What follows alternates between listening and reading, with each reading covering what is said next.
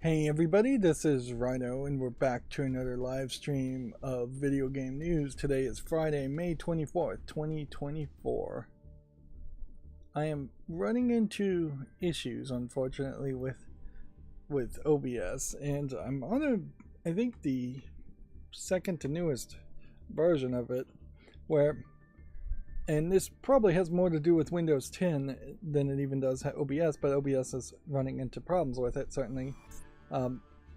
Where it just loses the settings as far as my virtual microphone setup, which is set up in such a way to always look for my blue Yeti microphone and not change in any way if Windows changes, and yet it still does change when Windows changes. That's the ridiculousness of it. By default, OBS will just go with your default microphone stuff, but Windows then changes what the defaults are sometimes. And then Windows 10 is just all about changes. Let's just talk about that for a second. We are closer than we ever have been before to the point where I think I may, even for my gaming PC, have to jump over to either Chimera OS, which would be what I would want to experiment with, but it's going to take a lot of work, frankly, to... Like, I can't really afford to build a new computer, which is what I'd like to do if I'm going to put a whole new operating system on it. But yeah, moving completely away from Windows. And why are we closer today than ever before? For that being a necessity, not just for me, but for a large percentage of gamers, if not every gamer. Well, Windows 10 support has been announced in that Microsoft is going to stop supporting Windows 10 in about 12 months is what they've announced. Now, it is fair to point out that Microsoft said similar things for previous operating systems, and then they just pushed it back and they pushed it back and they pushed it back. But you can't guarantee that. And yeah, without the constant bug fixes that Windows in particular, but operating systems in general, need, an operating system is going to become incredibly vulnerable to being hacked, often by no action of the user at all. Somebody just did a virtual machine experiment with Windows 95, and within 5 minutes of just installing and booting up Windows 95 and connecting it to the internet, people had hacked it and tried to turn it into a botnet because it's just so incredibly vulnerable. Which is also worth pointing out that Microsoft has never announced the shutdown of its previous operating system, it feels like, as early as this. If there was a Windows 12 already out, it would make a lot more sense for them to announce that they're going to get rid of Windows 10 and stop supporting it. But no, there's only Windows 11, and Windows 11 is a nightmare. It's completely different looking. You might as well be learning a Linux operating system at that point. The only thing that Windows 11 may still have going for it is that it may have legacy code to still play some old games. But with Proton, with Wine just getting better and better, it's really questionable whether any of that matters. And then certainly when I think about the other software I use on a day-to-day basis, it's OBS, pretty much. Like, I have some other software that I might have to find or learn some new software to replace, but it wouldn't be much. Everything, for the most part, can be done these days with just websites, and so obviously Chimera OS and any Linux is going to have a browser that'll be either Firefox or Chrome based, and so you could go with that,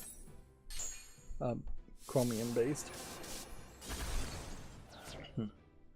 You might have some specific hardware, but if you do have specific hardware that doesn't have Linux drivers or work just out of the box with Linux, it's probably a very old piece of hardware not worth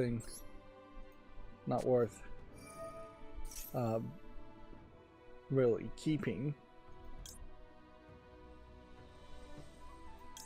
I have no idea what card I should be playing here. Are any of these field spells? Let's take the field spells. Field spells tend to be more useful.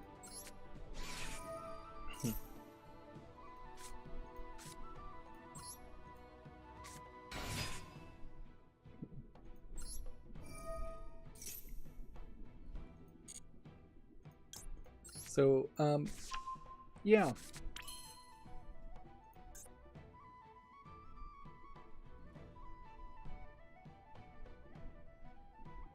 It definitely feels like it is a case where there's more reason than ever to start thinking about going to full Chimera OS. And honestly, if the Steam Deck hadn't come out, I would be suggesting Ubuntu or Linux Mint, probably Linux Mint more than anything. And I suppose there's a Linux Mint variant that runs KDE that you might consider, but with SteamOS and Chimera OS trying to be similar to SteamOS for general computers instead of just the Steam Deck, the hope would be that everything can just be put off, and that SteamOS might come out itself for all computers instead of being hyper focused just for the Steam Deck and Valve hardware.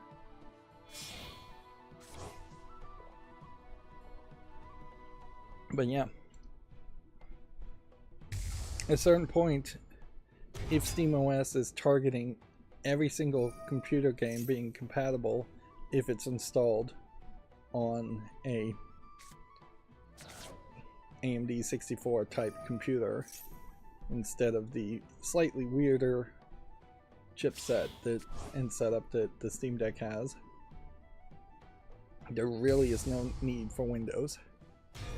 Windows has also irritated me in that there is a recovery partition issue where for some reason my Windows recovery partition was not big enough for an update to install, so the update was just failing over and over again, but it just pops up the text for a second and disappears. So I was really having a hard time just trying to figure out what it is. There's just no direct link to the log to show which update is failing or how to rectify it. And yeah, the way I had my Windows set up is like user account controls was disabled, because back when Windows 10 first came out, that was really annoying, particularly when you're installing software and setting up a computer. And to use the Microsoft Store, you have to have user account control enabled, so I had to enable that to just install the Minecraft launcher to get around to collecting the 15th anniversary skins in the Minecraft Bedrock launcher that they're giving away, and the maps and other things they're giving away. I think Minecraft Bedrock only works on Windows 10 and Windows 11 and through the Microsoft Store, and it really is just a Trojan horse to get you to do that. And I don't think Bedrock's a particularly good way to play Minecraft. I really don't believe anybody should be playing Minecraft Bedrock. If you have a computer, you should be playing Minecraft Java, and still though, it seems like you need the newer launcher for the Microsoft Store for the Minecraft Java to be able to actually connect to servers and play online. But Bedrock is the version of Minecraft with the marketplace and microtransactions being shoved into it, and really is just yet another example of Microsoft trying to monetize or trying to do something with Minecraft and making it worse.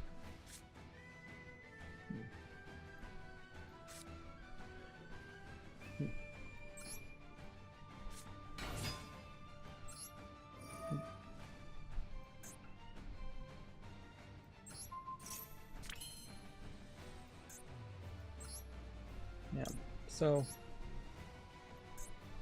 suffice it to say, Microsoft has found a way to irritate me. Oh, I should have put it in that spot, shouldn't I? Over the past couple days. Otherwise, I'm not really doing too much other than playing Fallout New Vegas, which, yeah. Fallout New Vegas definitely feels like you kind of need a walkthrough guide for the companions. It definitely feels like you probably should have a walkthrough guide even on your first playthrough with the main stories in the quest. I feel like I failed 2 or 3 quests unfairly and had to really cheat to not fail a 3rd quest unfairly without really knowing that that was going to happen. There are, as best as I can tell, it feels like there's a need to join the bad guys, effectively, Caesar's Legion, and do all of their quests until a certain point when they say the game is about to end, and then turn around and do all the quests for the NCR and Mr. House. And you definitely want to do Mr. House and talk to Mr. House very early in the game, which means you want to get into New Vegas very early in the game. And yeah, it's just really, really easy to screw up the order in which you should do quests. And it's really not a game open to just role-playing. And I'd argue most Bethesda games aren't really open to role-playing. Not in that way that you could on a tabletop game, where you'd have a dungeon master or something figuring out where they want to go and how they want to improv on your role-playing decisions. Even today, with the push of AI, I've severely questioned whether you could make an artificial intelligence that would be able to improv based on true role-playing options. And a lot of it is, it just feels incredibly rigid.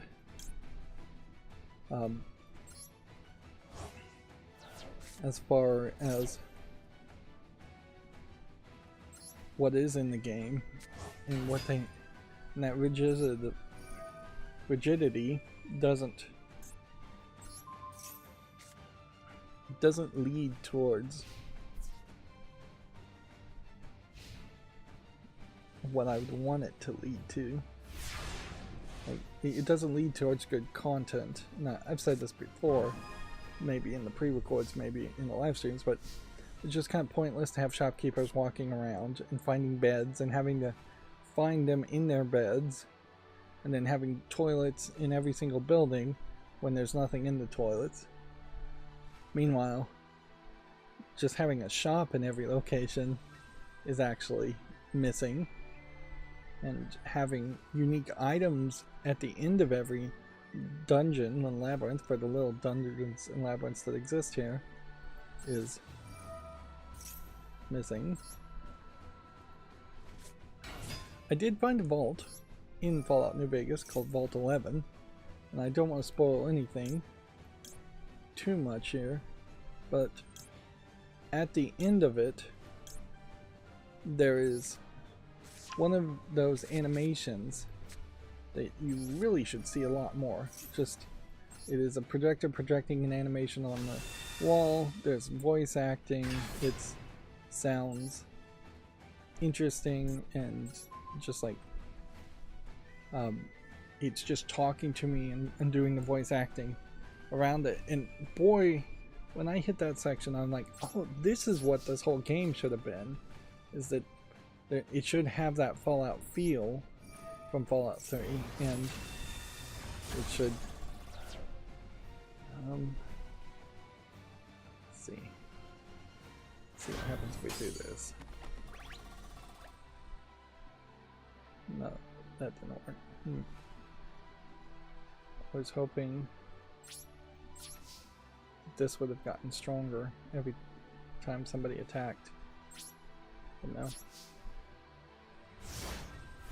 So yeah, it stands completely out like a different type of experience. Now, I would say Vault 11, still try not to spoil anything, has major problems in that there are just no characters alive willing to talk. There are actually quite a few audio logs to listen to in Vault 11 when there's just like no audio logs at all in any of the other vaults I've seen in New Vegas. But there's still a lot of text on terminals, a lot of reading, and I'm just not willing to put up with that 100 hours into it. And so I definitely suspect that Vault 11 actually is DLC, and it's just like a little extra Vault DLC that doesn't seem like it really connects to anything else, which is the general idea of what vaults should be in Fallout, is that this would be a labyrinth that is effectively going to be its own bespoke separate dungeon that ideally you would come out with something either entertaining from experiencing it, but also ideally you would have a specific item, little memento to take with that, or at least you'd get a decent amount of XP.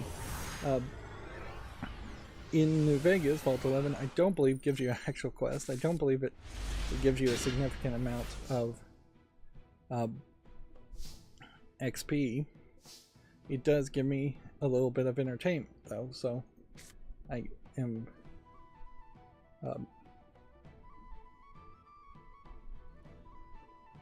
so I will at least appreciate that. Still have no idea what the move here is.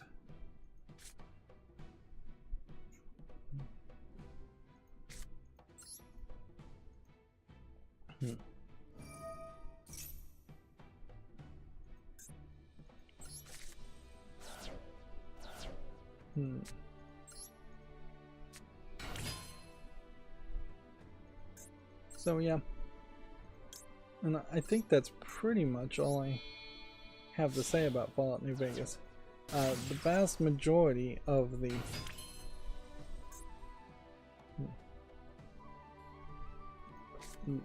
other content that I've done in the past, I would say close to 6 to 8 hours of gameplay, has been just trying to avoid failing missions. I spent probably an hour in total in 2 separate instances being over encumbered and just walking from point A to point B, being over encumbered.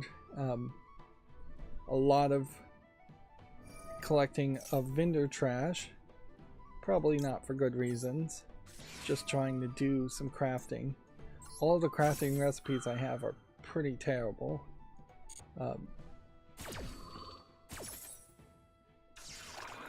So, yeah. I have recognized that the gun modding and handcrafting bullets with the perk to handcraft bullets will significantly increase the amount of damage you're doing with your bullets, and I suspect if you're playing even on normal, let alone hardcore mode, you would fairly quickly realize that you need that amount of damage. But it really breaks the game completely to have Gunrunner's Arsenal as a DLC and have guns that are doing 200, 300 damage per second when your default Fallout 3 type weapon might be doing 10, 20, 30 damage per second. It severely limits the number of the guns you can actually use, and modding doesn't really make up for that enough.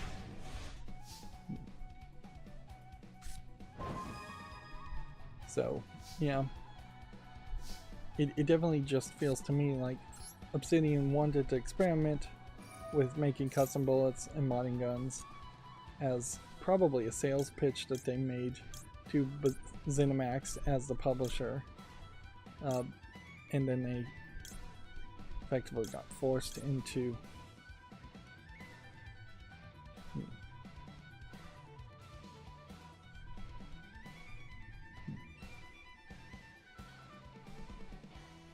I'm just gonna take this.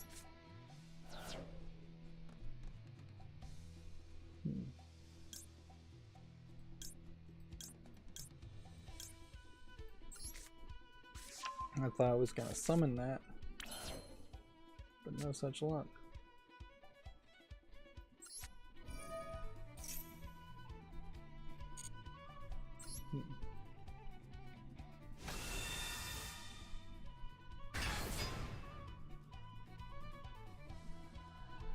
But yeah, I lost my train of thought there as far as what I was even talking about as far as Fallout New Vegas.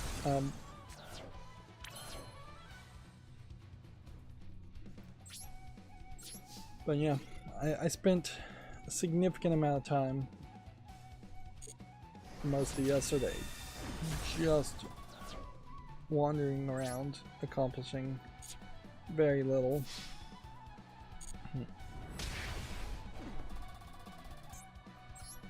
Let's go ahead and see if we can bring this one back.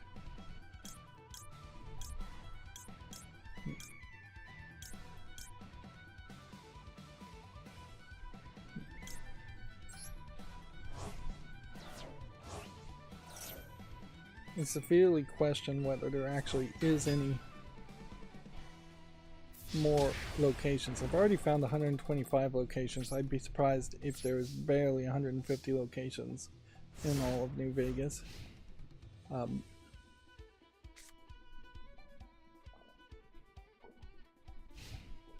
The other element that Obsidian added was the survival cooking mechanic, but there's no companion that lets you cook or helps you cook, so you'd have to find a campfire to cook, and there's no campfire or oven that you could use to cook inside the one house the game gives you.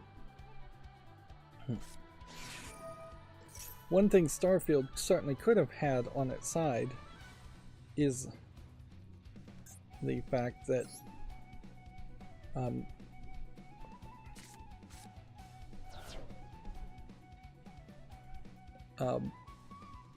Starfield's home base almost certainly is the ship, so that the home base and house is coming with you, so you can be an OCD collector of resources and drop it off in the ship.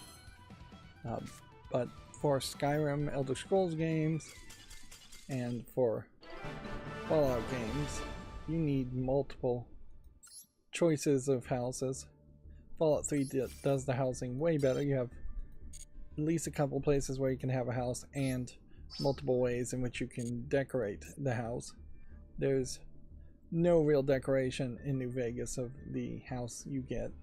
You just add upgrades that give you a little bit of benefit. So you add like a workbench or a trunk to drop items in. The jury rigging perk is something I think you should take much earlier than I did, because it lets you take weapons and armor from different types of classes and use it to repair other weapons and armors of similar classes. It's not as good as like you could take a light cloth outfit from a civilian and use it to repair a Brotherhood of Steel power armor, but you can certainly take cheap, repetitive pieces of clothing and use them to repair more expensive things. You can also, unfortunately, do the opposite without the game warning you at all. And as you improve the condition of most of the clothes, which you're never actually going to wear, there's way too many outfits in the game. There's way too much just legacy items in general in Fallout New Vegas. But as you increase the conditions, you get a higher value that you could theoretically sell it to if you can find a shopkeeper that has the caps. but that whole system is effectively broken too, because most shopkeepers have at most 2, maybe 3,000 caps, and some pieces of armor are going for 5,000-6,000 caps. So yeah, then you end up doing a whole bunch of manipulation in which you're trying to buy every single item from the shopkeepers that might not take as much weight as the item you're selling, or might, usually if you buy like drugs, they don't take up any weight anyways. Let's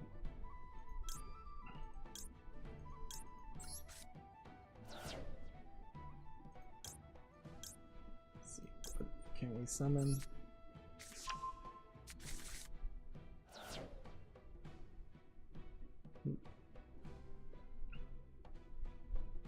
But the whole barter system really is just generally broken, because they don't even have enough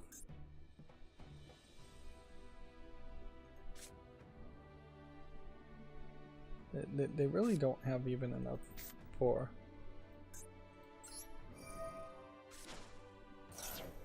I lost my train of thought. I'm not doing good today, obviously. They don't have enough bullets, is what I was going to say. Yeah. And it is possible you will run out of bullets. Particularly, I think, if you're playing at higher difficulty levels. I imagine you would just need more bullets there. And you can certainly lose bullets crafting bullets, because it is not a 1-to-1 ratio, so crafting more powerful bullets also can be an issue.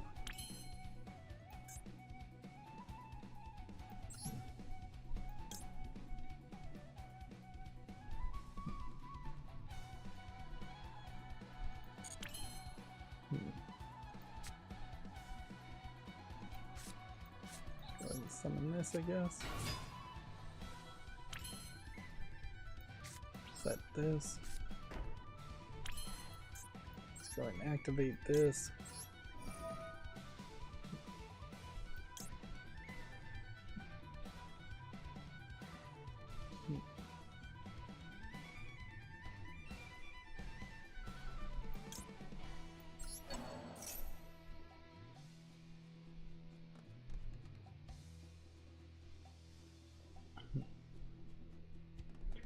So yeah, anyways, I guess that's all I really want to even say about Fallout New Vegas. 100 hours in, I definitely feel like we are going to I'm going to spend a lot of time still just finishing the last few quests and not have much enthusiasm around it. And that's not even to talk about like the DLC, like that the DLC itself is going to be hopefully a lot better quality content, and so maybe I can have a different feeling on it. Otherwise it's just going to be more of the same. I am very much confused as to why people seem to like New Vegas. Yeah, it just really doesn't make any sense. One of the things I guess I could say about Vault 11 that also makes it feel like a much better experience is that Vault 11 was crawling with rats and small creatures like that. Not rad roaches. I still expect to really see more rad roaches, and I've only seen a few in the game, like maybe 3 or 4. And I think that may be because I'm playing on very easy. But yeah, it definitely seems to me like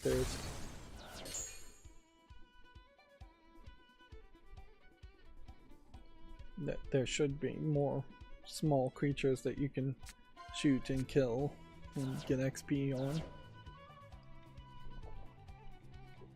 All the other vaults you wander around, and yes, there are enemies in them, but they tend to be fewer in numbers, maybe a little bit stronger than they should be. I don't really expect to run into humans in vaults, or human-like armored characters that take a minute to kill each.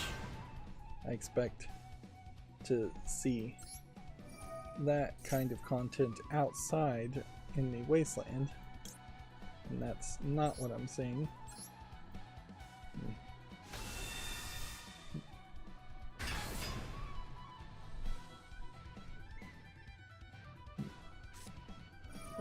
I happened to be flipping channels, and was watching just a minute or so of Let's Make a Deal. I don't waste my time watching TV much at all. I do waste my time, however, watching streaming stuff. Like, I'm still watching Akuma Game on Amazon Prime, and I'm watching another Korean drama called, I think, Heartbeat, which is about a vampire who's incredibly childish. Romance drama type Korean drama. Silly. But yeah, I flipped over and saw Let's Make a Deal, and there was this lady on it saying she has a very large video game collection, and then certainly that got my ears perked because I do have a somewhat large video game collection, although inherently I chose the path less taken on my video game collection in that I was looking to collect more memorabilia and things that likely would be thrown away, toys, clothing, perishable food, things like that, shampoo. Like it was kind of obvious that for people who would have been collectors of what was originally Nintendo, and most of the things I have a Nintendo, almost all of it is. Maybe 2 or 3 things aren't.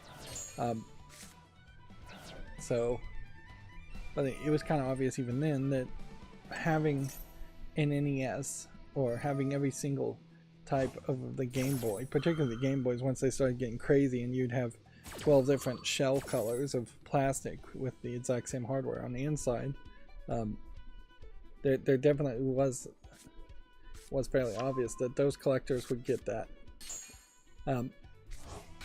So yeah,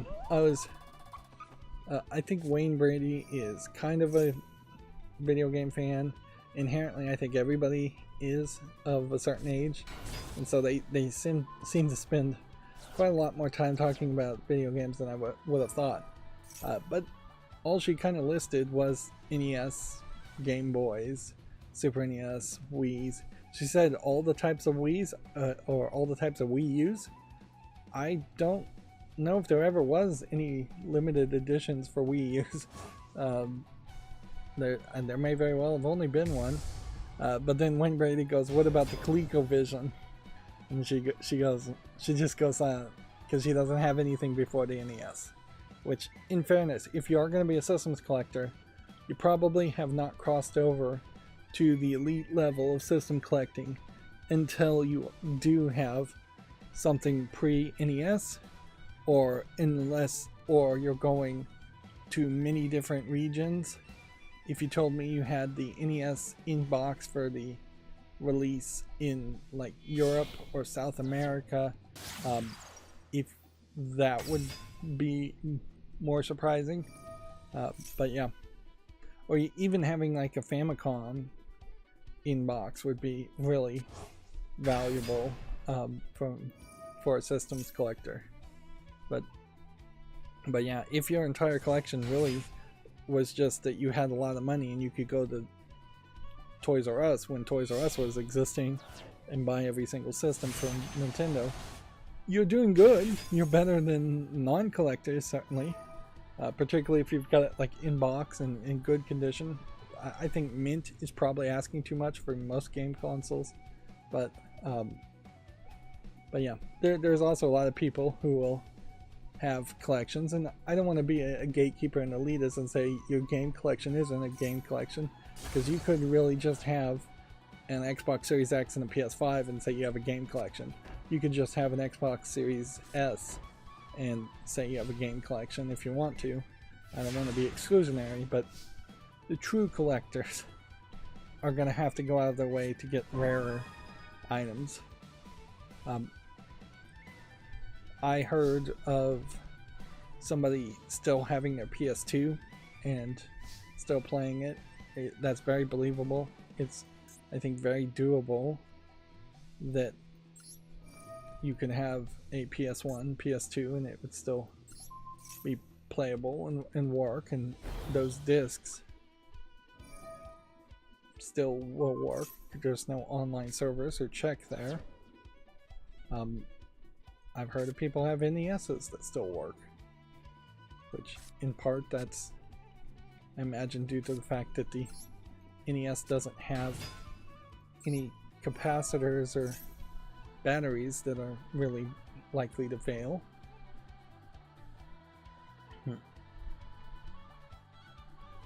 But yeah.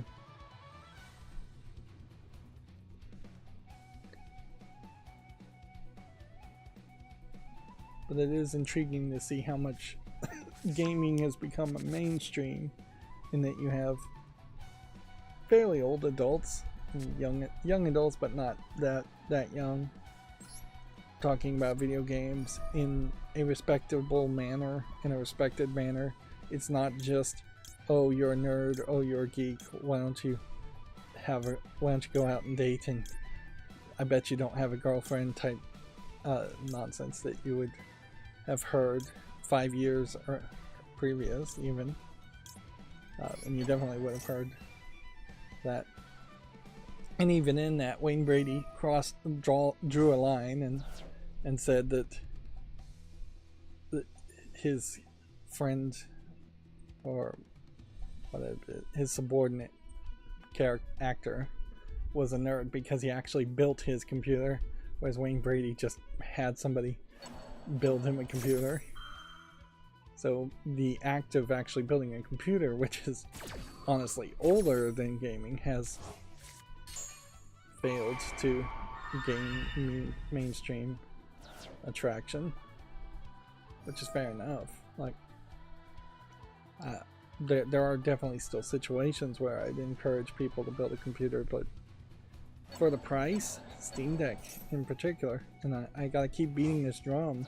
I wish I was getting paid by Valve to promote the Steam Deck as much as I sing its praises, particularly since how little I've actually used it.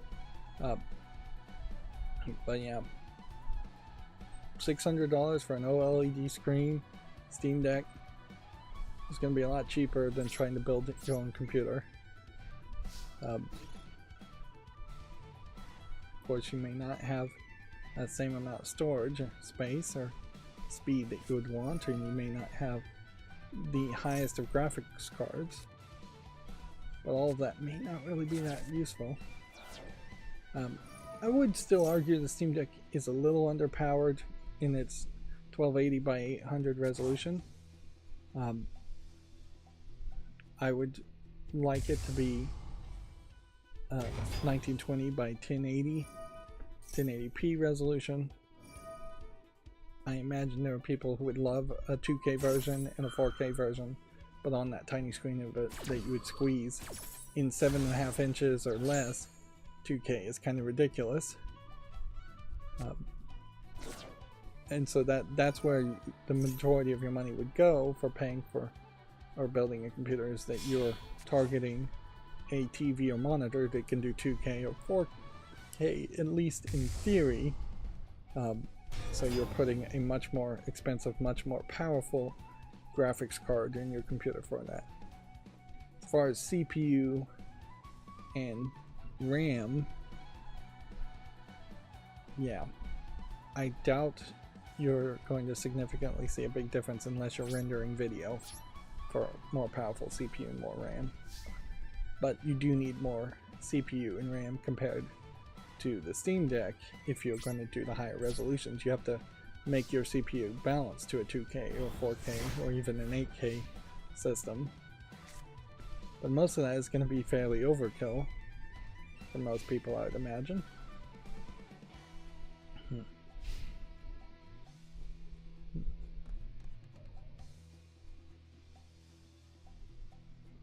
Yeah.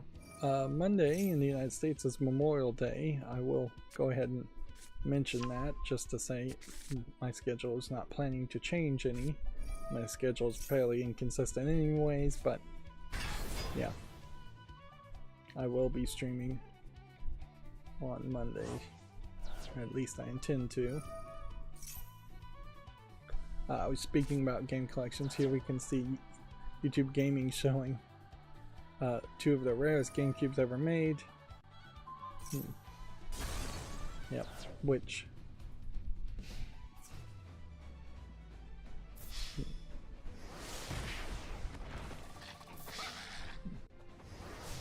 let's see. Yeah.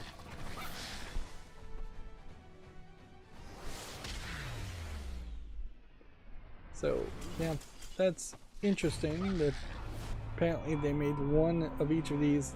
This one seems to be in German. Do I want to play another game?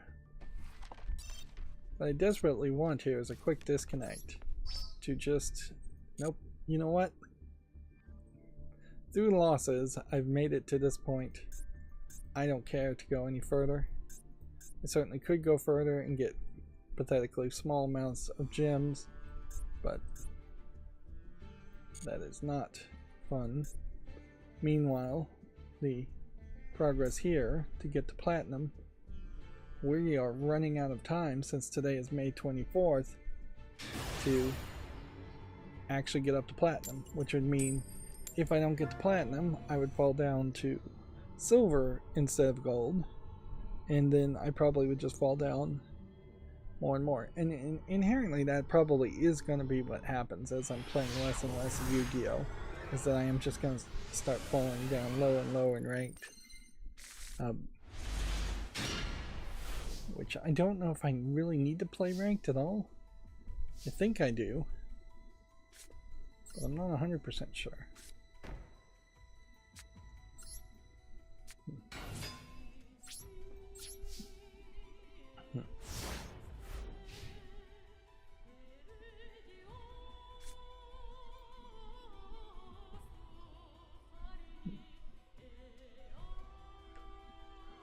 So I did want to talk about this. The 15-year anniversary sale is still going on. You can get Java and Bedrock. Again, I don't think Bedrock is worth anything as a deluxe collection for $20.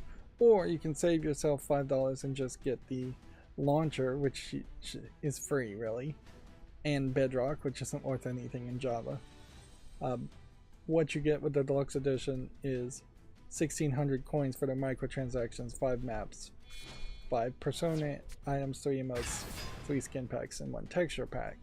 All of which I imagine you could just download and install for free in the Java edition. But there's another issue that needs to be highlighted, particularly when you're talking Minecraft. This is a game little kids love, and a lot of little kids have grown up not even playing Minecraft so much on their Nintendo Switches, more than anywhere else, but they've grown up watching other YouTubers play Minecraft. And you cannot gift this game to any of those kids that are under 14. Because to gift a game, you have to send it to an email address. Legally, pretty much in the United States, to have a email address, and if you're under 14, it's not allowed, because Google, Yahoo, Hotmail just can't track people in that way. Can't track kids under 14. So you're inherently tying kids in their game accounts to an email for no reason.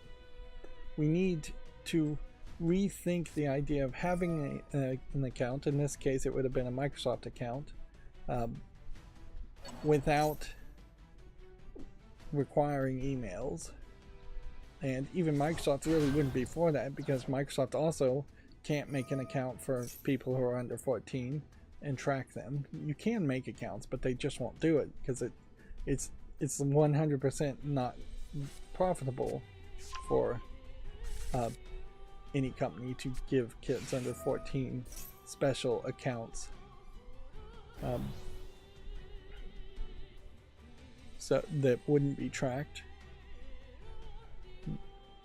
The best case scenario, and it's a terrible case scenario, would be that you could make your own email server and your own email accounts, but that won't work because of spam issues. You could probably do it, but it's so technical, and it would look fairly unprofessional. And it really, I think the United States Post Office, if they were allowed to, should be able to give out some kind of email type account to every citizen. But they're legally not allowed to do anything online or offer any new services at all. Because people trying to crush the U.S. postal system passed laws. Politicians did that. And they are just recently raising the prices of stamps once again. And eventually it will be $5 to mail a piece of mail. Yeah. So here's Bedrock versus Java comparisons. So neither one has split screen multiplayer, which may not be true for some of the console versions. But the Bedrock version does have crossplay with the Nintendo Switch, PS5, and mobile. So we know all the console versions really are running the Bedrock version. There is no Minecraft Marketplace, which I would say that's a positive for the Java version. There's no controller or touch support for the Java version, which that is the one thing that feels a little off when you are playing Minecraft, but inherently Minecraft is not designed particularly well to use a controller, even the Bedrock version. To say there is no downloadable content for the Java version is just straight up a lie. There is plenty of DLC downloadable content from modders, and so they are inherently splitting this and saying mods are not downloadable content. Where do you get mods? You download them. What are mods? They're content. You can run your own servers, but you can't have, quote, official featured multiplayer servers on the Java version. But then you can have realms, which are rented out servers.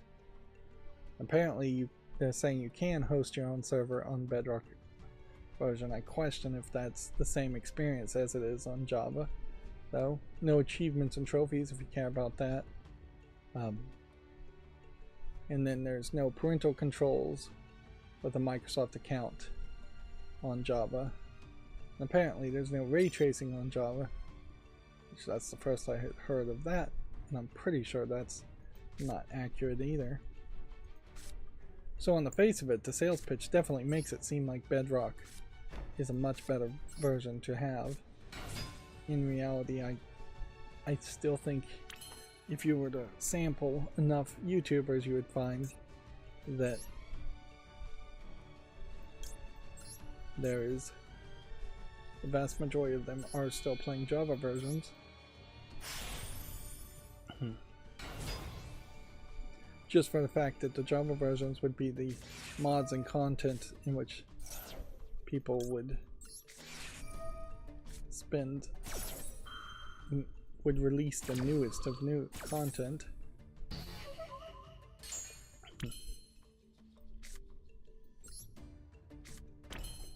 It is kind of crazy that 15 years later we still are talking about Minecraft.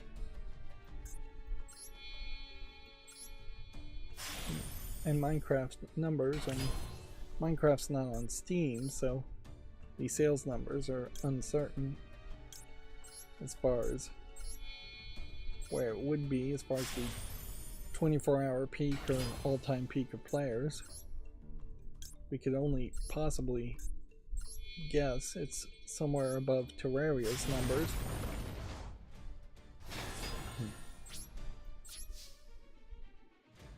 moving on, DOSBox Pure's core, DOSBox Pure core has been added to the Steam version of RetroArch. This is a hard fork of the multi-platform MS-DOS emulator. It was built by Raven in 2020 specifically for RetroArch LibRetro and implements advanced features like save states and on-screen keyboard, highly customizable controller setup, and rewinding. DOSBox Pure aims for simplicity and ease of use. I think there probably is a different DOSBox or DOS emulator that also might exist for RetroArch, but no guarantee for certain that it is on the Steam version.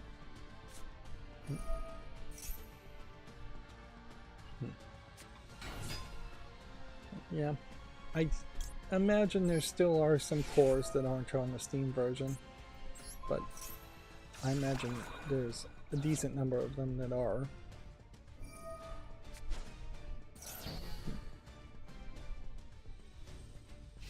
Now here's the problem. I used my own ability to negate my own character's ability.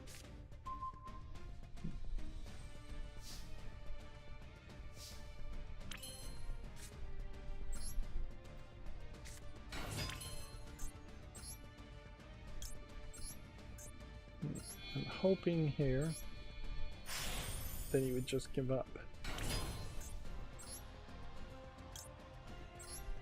But I'm not sure we're going to be so lucky.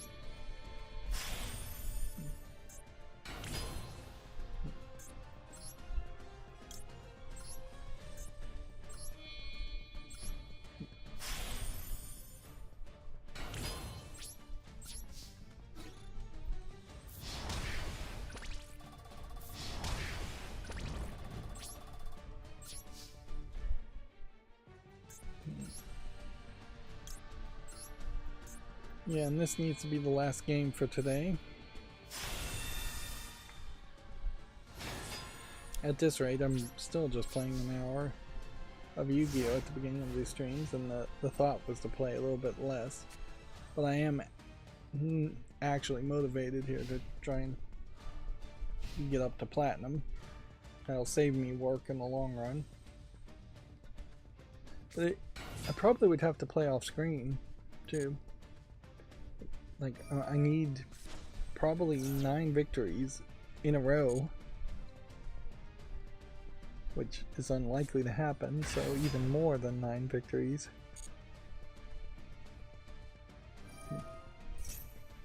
Let's activate this.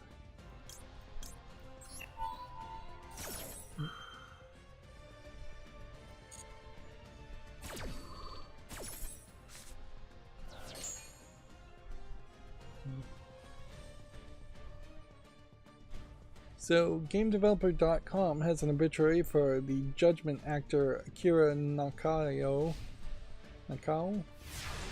He passed away at age 81. He played the mentor figure Ginda in the Judgment series and was previously appeared in Godzilla movies throughout the 90s and early 2000s. So, yeah. We don't get a lot of Japanese obituaries. There probably should be a lot more of them, come to think of it. Do I have enough here to summon what I want to summon? 1, 2, 3, 4. I think I barely do.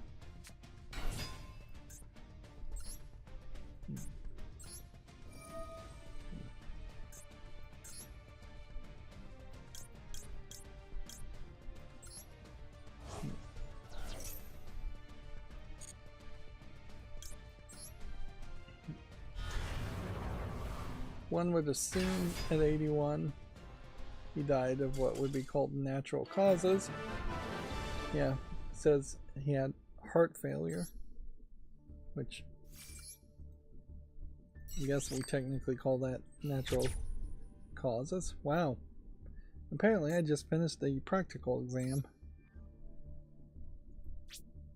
So Inflict battle damage.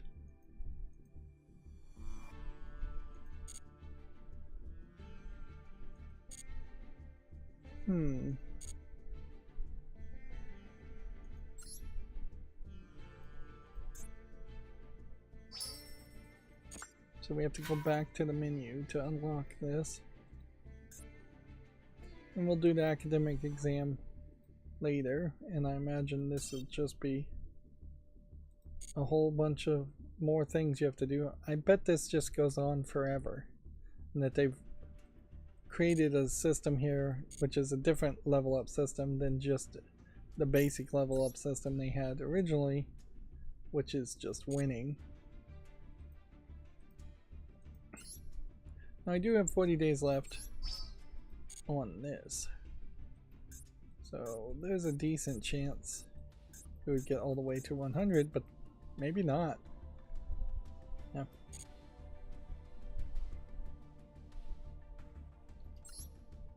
One of the things certainly is that I just don't have Master Duel installed on my phone. It takes up too much space. So it's not like when I'm sitting in a waiting room or in the bathroom or something that away from my computer, or my computer is doing something else. It's not like there's an easy way to launch Master Duel and play even if I wanted to. Alright, let's focus on the news. Neil Druckmann, Last of Us director, says AI will push the boundaries of storytelling. Says the technology has ethical issues but will revolutionize content, which is to say we don't care. He doesn't care about the ethical issues. Progress at any cost is the name of the religion they're bowing down to when they push and talk about AI.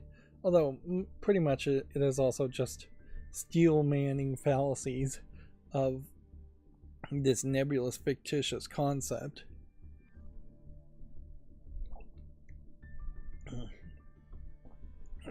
There's no way AI is going to end up making better written games. Games aren't even written that well today as far as storytelling.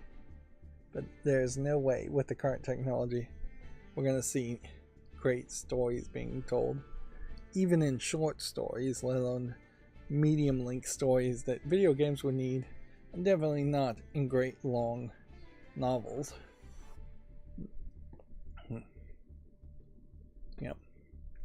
And the funny thing there is Stephen King is going to be an interesting meter stick to measure things, because it's going to come down to Stephen King being an alcoholic, being high on coke, which I think he admitted to that, writing things like The Stand and Carrie,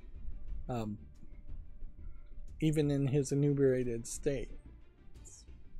He has written really well appreciated, really well received novels, and AI is not going to come anywhere close to that. I'm certain of it. Not anytime soon. Eventually, maybe, yes, probably not anytime in the next few decades. By the time AI is actually really good, we should have long since solved any kind of resource war style conflicts. We should be in a post-scarcity economy at that point. We should be in a post-scarcity economy even now, but we aren't. A lot of that has to do with logistics and governments and waste. Government doing wasting and corporate wastage. Let's not just blame the governments here. But back to video games. You have a blog opinion here from GameDeveloper.com that says modders are developers, it's time to pay them. The future of gaming is in the hands of in-game creators. The problem with that is that the one instance we have seen of that happening so far is Roblox paying little kids almost nothing, slave wages, to make content. And then we also have to mention Bethesda and Skyrim mods. Massive amounts of mods there that those modders deserve to be paid, but there's been no way in which we found where Bethesda can fairly charge a price for mods and then actually put the money into the hands of the modders, without Bethesda also trying to sell you horse armor and overcharge you on horse armor and then keep a significant cut from it. Like, the best way to solve this problem is definitely for modders to make their own games and not make mods, not use creation toolkits and things like that to make mods that will only work on one engine. It is better now than ever to just learn how to use Godot and make your own game from scratch, and be inspired by other games and borrow/steal ideas from other games, but make your game its own thing. Pay $100, put it on Steam Direct, and hope it sells. Of course, you should also promote your game and try and get it wishlisted and have a whole publishing campaign effort there too, not just throwing it on Steam. Yeah.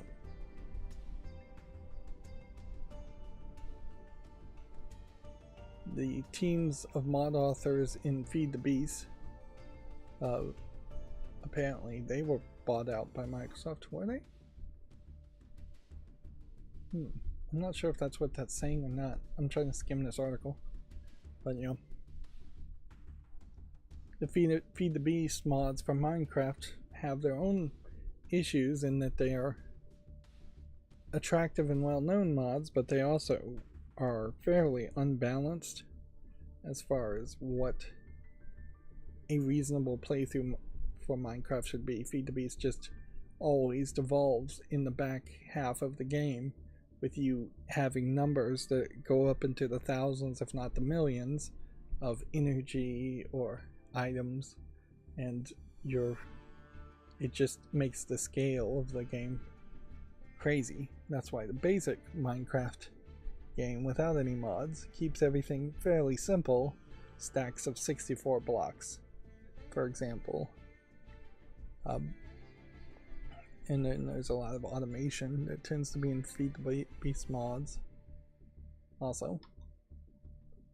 Video Games Chronicle says that the Embracer Group says Alone in the Dark reboot sold below expectations. Outcast: A New Beginning performed similarly poor. Not super surprising there. I don't think either of those games did well in the advertisement and publishing of it, promotion of it. I think in Alone in the Dark itself suffers in that whatever game you make in Alone in the Dark should really just be a whole new horror first-person action game, having nothing connected to the Alone in the Dark series otherwise. The name is good, but it is very much a case where the name has been used out too much. There hasn't been a well-received Alone in the Dark game since the first one, and that was decades ago. 63, 66 scores on Metacritic, depending on platform. A big part of that, though, I think, is that this is a puzzle game that they really didn't promote well as a puzzle game, and they really didn't promote at all. And it's a game that they released, I would suspect, at the absolute wrong time. They should have pushed it back. Not that the game even seems like it was buggy, but they should have pushed it back to October, when people are more in the mood to play horror games and buy horror games. Releasing a horror game in like March, I think, is when it came out.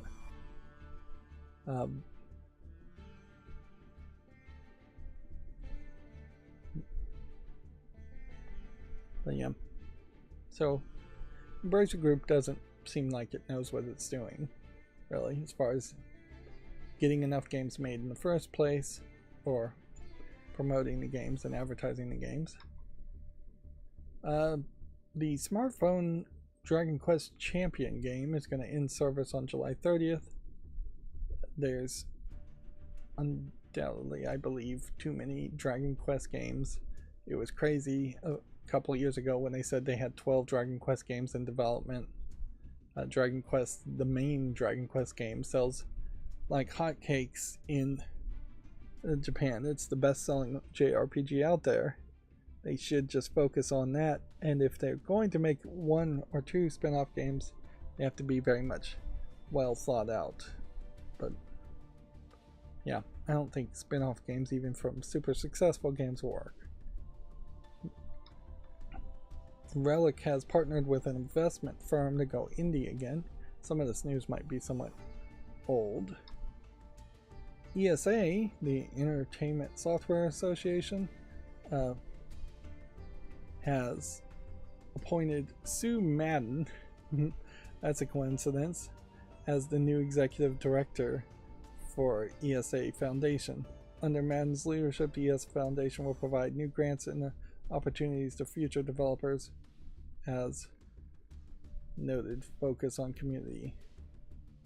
A noted focus on community and diversity seems to be also there. So, this, on the face of it, could be misread. That Sue Madden, which I assume is this lady, but maybe not. This may just be a stock image. Honestly, I think this is a stock image and a poor choice for a screenshot if it is. On the face of it, it would seem like ESA has just appointed Sue Madden as their personal executive director, but the ESA Foundation, I think, is actually different from the ESA. It would be the Entertainment Software Association Foundation. You don't need both of those words unless they're separate things. So this must be a subsidiary part of the ESA. And yeah, the dreaded DEI, diversity, equity, and inclusion, and a community focus seems to be what they're focusing on. I think we'd already seen some evidence that the ESA was going down that route. It is fair to point out that the ESA is really struggling now from the outside looking in. I think they're really struggling to find an identity, as now they are not running E3, and that was the vast amount of how they got their money, was that they would run E3 and they would charge millions of dollars for stage times and major presences at the E3 events, or if not millions, thousands for even small booths. So now the ESA has only one pipeline in which they can charge anyone for money, which is through rating games through their subsidiary, the ESRB. And I'm surprised they have not yet announced an increase in the fee to have your game rated and use the ESRB rated T for teen type labeling. I guess the ESA probably also has some kind of association dues that they charge Microsoft and Nintendo and Sony, who are all part of the ESA and really the actual corporations running the place. But without having money to keep themselves going, ESA also is running out of money to lobby the government. And yeah, I seriously doubt whoever becomes president in the next general election is going to be a young man who knows about video games and cares about video games, and I doubt any of the congressmen or representatives are going to be young people, men or women, I should have said, that know anything or care anything about video games. The TikTok ban has already been passed. I wouldn't be surprised if similar anti-video game company bans were talked about or passed in the near future. So the ESA as a lobbying group kind of needs to exist.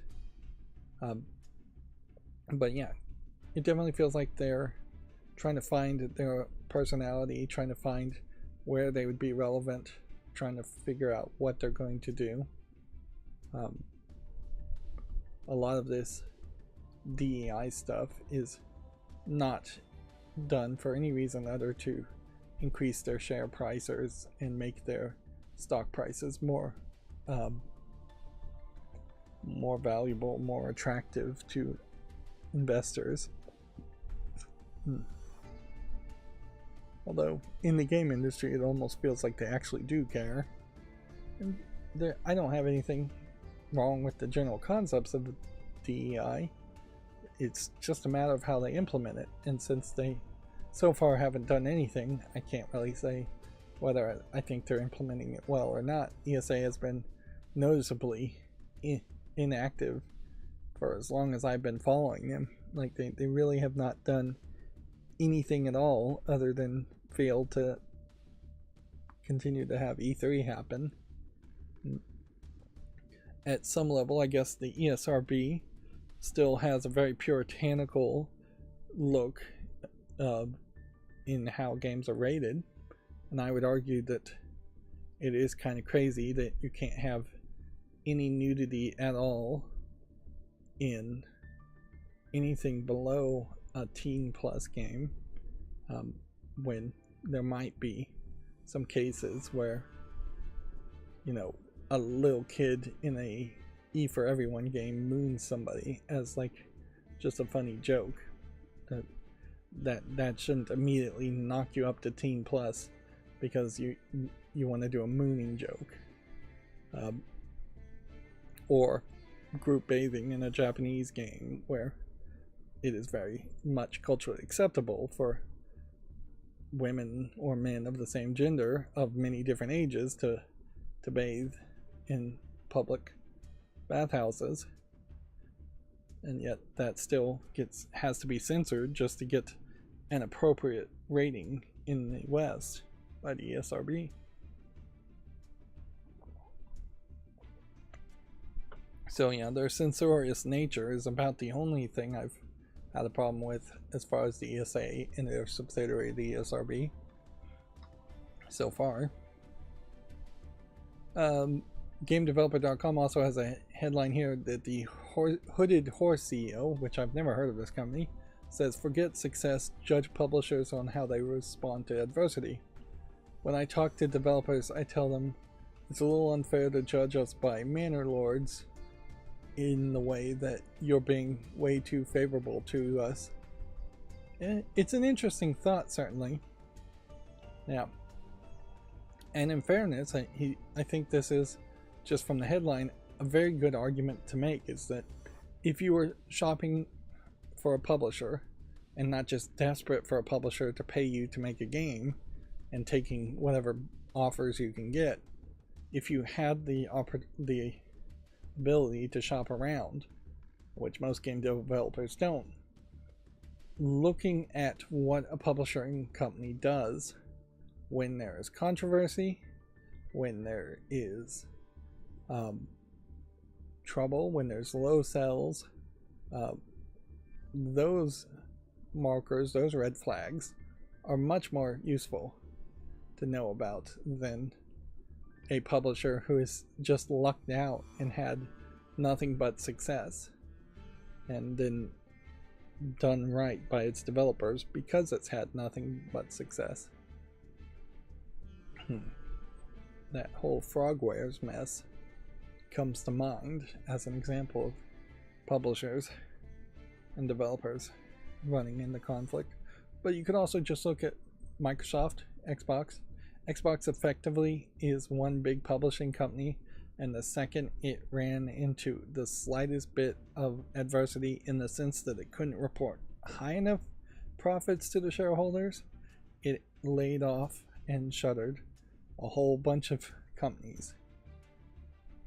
On top of which, it failed to really manage those companies for years before to avoid just a major sell-off of those companies, or at least staggering the layoffs and sales. And while generally publishers don't acquire companies like Activision Blizzard, a publisher that's spending all of its money in one place is definitely not going to have its money for other places. for other game developers and for sequel projects. Let's see, YouTube gaming still being fairly ridiculous in they go, which creator stats look like this? Now I'd say maybe it's me, but I have absolutely no idea how you would read this chart because of the colors. Like, no clue at all. Like, I have no idea what these numbers are. I have no clue what the green shades and yellow and green shades are about. As best as I would assume here is to just ignore all the colors, which are here for just matching this logo, I guess, and just assume it's 100% editing, 100% gameplay, 100% commentary, 100% knowledge, 100% consistency, and 100% entertainment. So it's just 100 all over. No telling what all these other UI elements are supposed to represent. And even if that was the case, then that doesn't make any sense. You can't give your 100% all to everything. This is 600% as far as percentages go, if you add it all together. And I generally imagine even the best content creators out there should have very little editing skill, because why would you be good at editing? And they shouldn't probably be anywhere close to 100% in gameplay, because then that would just be a pro player. So that should be like an esports player at that point, spending his time esports playing, not commentating. Now, as far as commentary, I don't think anybody's going to be at 100% anything, but I think commentary should probably be somewhere around 75% for a good content creator. Even if you were at 51%, I think you're good enough. Just as long, I mean, the vast majority of people making commentary on videos on YouTube, whether video game or otherwise, is mindless drivel down at like what would be 1%. As far as knowledge goes, you should be knowledgeable in it. So again, just 51% or higher. Again, nobody's going to be at 100%. Again, you don't want somebody straight up lying to you at a 0% knowledge because they don't know what they're talking about or intentionally lying. And then consistency. The algorithm wants consistency like crazy, and I know the fandom wants consistency, so you need to be about 90 there. And then entertainment is just completely subjective, so theoretically, yes, you'd want to be at 100% entertainment value, but you would definitely have to balance that with commentary and gameplay. Otherwise, you are creating something that isn't so much a gaming video at that point. I think Game Grumps is kind of an example of that, where there are definitely times where the entertainment value at Game Grumps is so high that the gameplay and commentary is non-existent, and there's almost no commentary in most Game Grumps videos. But yeah, while this could have been a screenshot that would have led to a deeper conversation, like most of their tweets, it's not getting seen by much, and it's not getting commented by much. This was 4 hours ago, and the colors here just confusing. Like, honestly, I have no idea how you're supposed to read this, if the colors are supposed to mean something. If the colors were supposed to mean something, there would be a sharp vertical line instead of a slanted change in the color gamut. And then again, they're desperate for content and interaction, so they said for every 50 likes they were going to add a mob to this image, and then they put a picture here with a whole bunch of mobs, although I'm not sure if you consider all of these things mobs. For every 50 likes there are, here is the original post, and it has 1.2K hearts, which I assume is what they meant by likes on Twitter. which if you were to divide that, that should mean that there are 200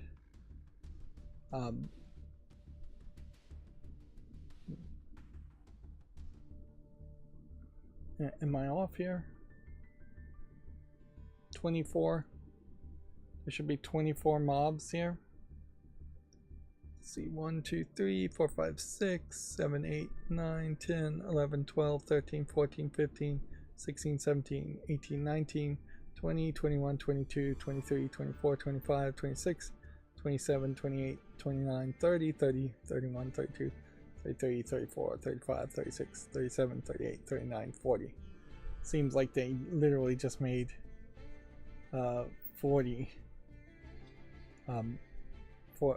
mobs and made multiple versions. You can do this very easily. All you do is start with one image and then you add a mob and take a screenshot and then make that a different layer and then add another mob, take a screenshot. Actually, you don't even have to do it in layers in Photoshop. There's no reason to even do it that way. You could do it that way, but it would probably not be worth it. You could also start with this image in Photoshop and then you could have this image as the background layer and then you could erase things as this would be the top layer, and then you could just erase the top layer for each number. You could do that in Photoshop. There's kind of no real reason to do it that way though in this case. But yeah, the number of mobs there not lining up with the number of likes that they were even expecting when you run the math. So yeah, YouTube gaming on Twitter still proves to be pretty useless. I feel like I'm at this point probably ranting about them for no reason more than presenting any useful information. One thing YouTube did present as useful information is they've made a new video talking about yellow monetization and being demonetized and challenging demonetization under the slightly improved system that they've announced, which really is just going to give you timestamps and a little bit more feedback when you're demonetized. But inherently also, if you have something in your video and it gets demonetized, under this new system you cannot go into the editor and remove that content. There was a time there where you could remove content that was causing, like the minute of the content that was causing demonetization. And I think they probably are still doing that for like copyrighted music, but for other reasons it seems like they are doing a bait and switch here, and that option is going out the window. I imagine there was a lot of people that thought they could edit out a minute that was causing a video to be demonetized, and then they were removing the edit and putting the video content back in. And that probably wasn't ever going to work, but I imagine there might be a lot of people trying it anyways. Moving on, GameDeveloper.com says the Fragbit CEO has stepped down after they declared their subsidiary Fall Damage bankrupt. The company is now seeking a rights issue worth $6.8 million to repay its debts.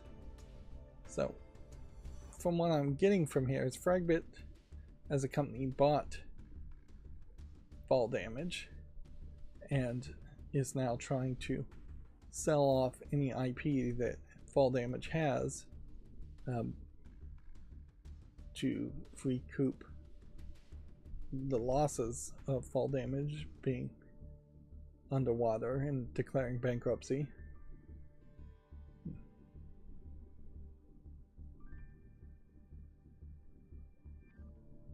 It's funny that they say it's a rights issue.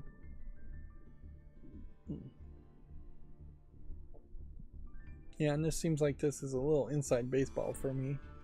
I'm not sure what Fall Damage actually made, if they ever even made a game. So that also leaves us in this weird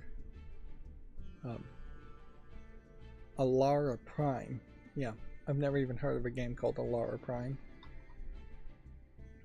Nintendo has announced that it's going to open an official store in San Francisco next year, which I guess makes some sense in the general idea that it is in the exact diagonal opposite direction of Manhattan, New York City, where that is the only other Nintendo store I know of in the United States. It doesn't perhaps make the most amount of sense in that you're paying for a high amount of San Francisco real estate prices, and San Francisco in general is not doing particularly great as far as feeling like a safe, ideal place you would want to vacation or shop. They have some real PR issues, to say the least, from what I've heard. Whereas it would probably make a lot more sense to have a Nintendo store in Las Vegas. Get a lot of tourist traffic there.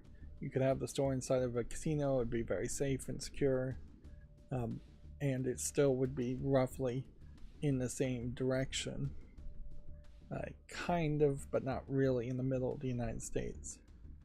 Now, let me throw out a theory. I won't call it a tinfoil hat theory as to why Nintendo has decided San Francisco.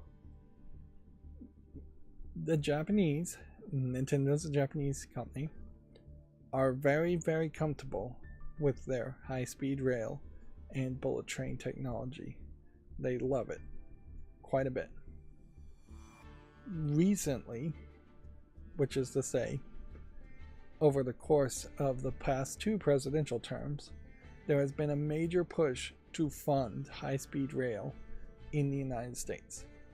And one of the first high-speed rail places, not using Japanese bullet train technology to my knowledge, but still high-speed rail, one of the first ones that is getting closer to being finished is between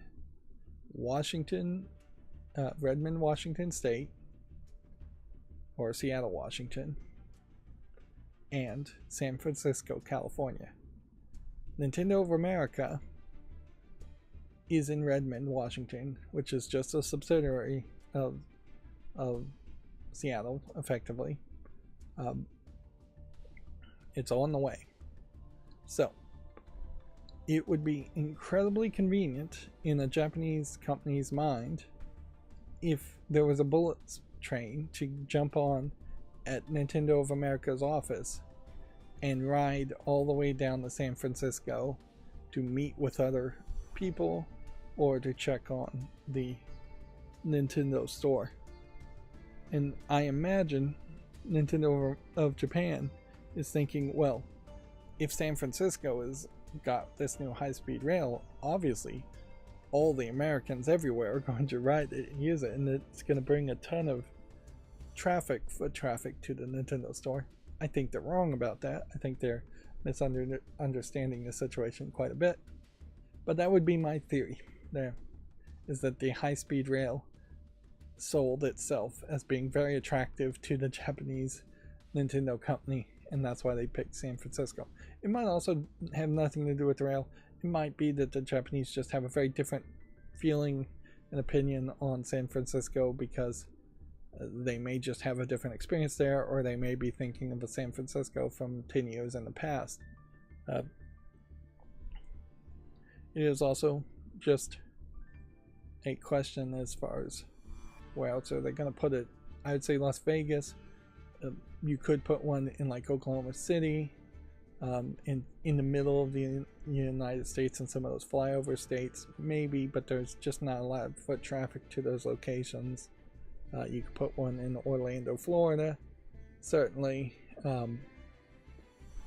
but you could put one in Canada and Mexico City also.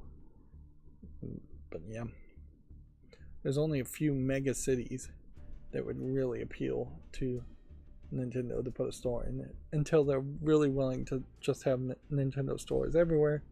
And I wouldn't be surprised if Walmart eventually just convinced Nintendo to have a Nintendo store section. It's believable that as Walmarts get away from physical disc sales, Blu-rays, they might just expand those sections to have more and more video game merchandise and clothing, and maybe it wouldn't be an exclusive Nintendo section, but all this Mario and Nintendo stuff could be types of things on the shelves. And yeah, there's a lot of collectible little stuffed things with Mario everywhere here. Nintendo stores would also be fairly weird in that you're going to get overcharged for accessory items, and then you're also going to be pressured into buying $60, $70 video games. Let's see. This is news reporting on opinion, which is not really news reporting, but apparently the Saber CEO Matt Karsh still thinks that the Embracer criticism is unfair.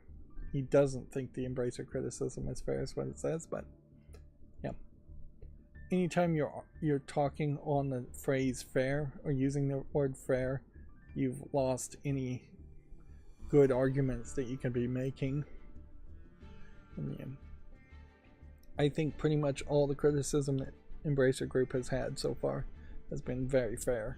Like, who else are you going to blame other than Embracer themselves for what they did, for what they failed to learn from THQ in the past, for what they didn't do, which is mostly their problem. Is like, it's very easy to list what they did and point out what they did, what was wrong with what they've done so far, but there is a long list of things they didn't do also that they should have known what to do. I feel like at this point I have to just admit I was overly depressed / negative around Stellar Blade's coverage, because I said 2 or 3 times now that this is probably the last time I'm going to see any press coverage around Stellar Blade, and Shift Up is doing a very good job of proving me wrong here. They've added a boss challenge mode and new outfits. Update 1.003, that's an odd numbering system. Also includes several bug fixes and quality of life improvements. I was watching a YouTuber talk about Stellar Blade, and apparently the artistic creator, according to this YouTuber who made the character designs for Stellar Blade, worked on the Magna Carta series before that. They also said that Stellar Blade / Project Eve was secretly in development 5 years before the announcement, the original announcement, which, if that is accurate, that would mean that Project Eve / Stellar Blade has been in development for the entire life of Project Nikkei, and probably most of the life of Destiny Child. It would mean that after the first 6 months to a year of Destiny Child coming out, it was in development, at least in its global form. Now, it wouldn't have been out the entirety of the Korean version of Destiny Child, because that was a couple of years behind the global release. So yeah, they definitely seem, if that information is true, they played the long game, which that's probably that's absolutely the way to develop any kind of game, is spend 5 years in secret and don't tell anybody you're even working on the game until you're 1 or 2 years away from it being released. They probably didn't have a publisher, that would be my guess, until the last 2 years of Stellar Blade. They probably weren't working directly with Sony at that point. That would explain quite a lot. Anyways, a new Fortnite season has added Fallout's T60 power armor and a Wastelander Magneto, which I don't know if Wastelander Magneto is supposed to be a Fallout reference or not. And I would say none of this looks like a T60 power armor to me, as far as the screenshot goes.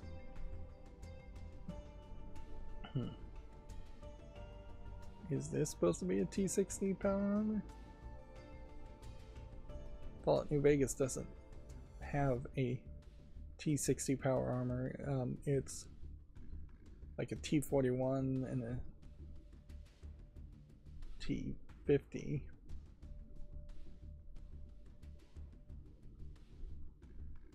Yeah.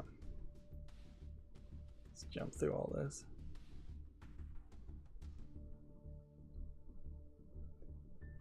It's a whole animated announcement.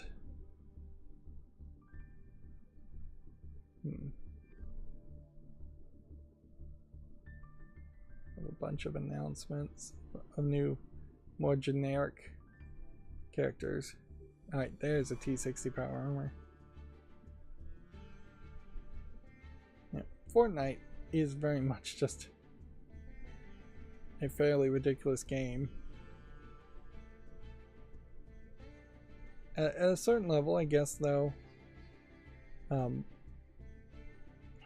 a lot of this feels more Mad Max related than even Fallout related. Yep. The Fortnite is the first game, I would say, that actually looks like it might become that ridiculous multiverse, metaverse, where every single avatar from every single game could possibly exist and players are just interacting with each other.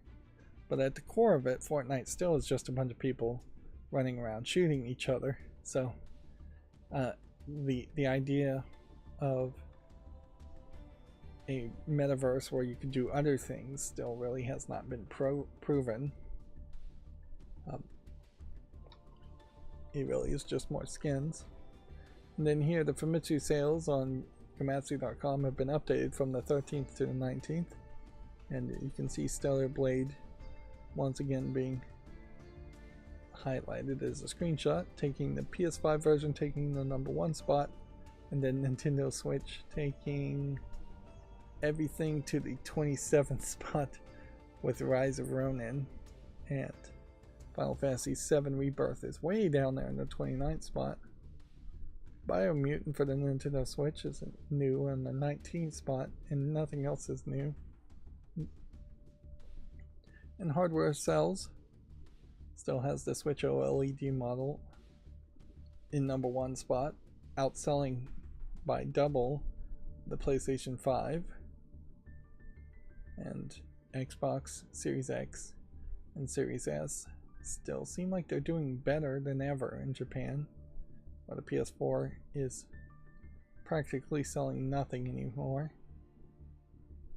And games are starting to announce that they will not support the PS4 in one way or the other, and I think it's probably the case that most games weren't going to support the Xbox One anyways. Let's see, this is a GameDeveloper.com general synopsis. Just to remind you, Embracer cut ties with more than 4,500 employees and canceled 80 projects over the past year. So criticism as far as what Embracer has done is somewhat valid, in my opinion. Headcount was reduced by 27%. Now, the screenshot is a little bit deceptive in that I don't think this Epic Mickey port, or remaster for PC. I don't think that project has been canceled, and I'm still somewhat excited about it coming to PC, considering Epic Mickey 2 is available on PC. I'm not sure that had too much to even do with Embracer. I guess it did. But yeah. But to get back to the idea of silence and not doing the right thing, Embracer has done a really poor job of saying how they plan on steering the ship forward correctly and doing better in the future. So yes, it's easy to criticize what they've done in the past here, but it's also very valid to criticize what they plan on doing in the future. Alright, and then I think mostly the rest of these tabs are not actual news. Still doing some fairly ridiculous promotions. Here you have a Minecraft box full of a Minecraft Lego. So this is like a custom made Lego brick.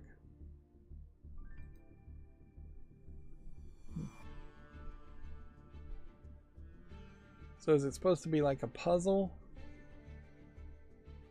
that they have to open? Nope.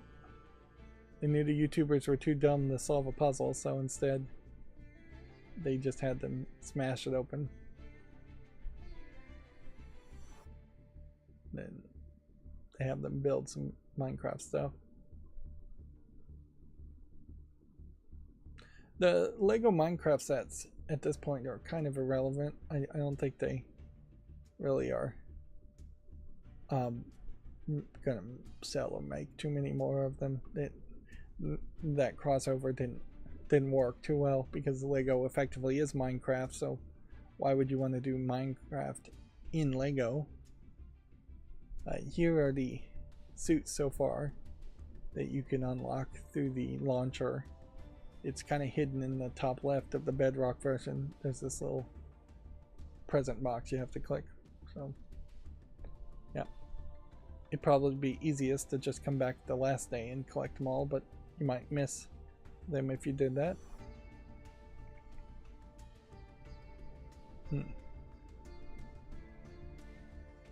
Apparently there's Minecraft cards for the Microsoft Solitaire thing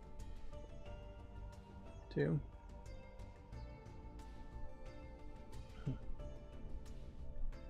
There is something to be said as far as a Lego fan to the idea that you might just buy a Lego set that is encased in Legos and then the rest of the pieces are inside.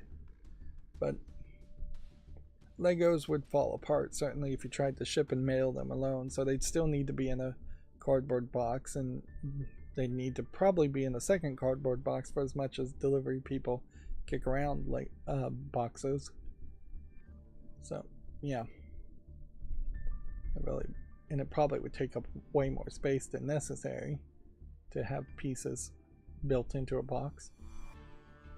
Yeah, would have been much more entertaining if that was some kind of puzzle where they had to open it pushing certain bricks in.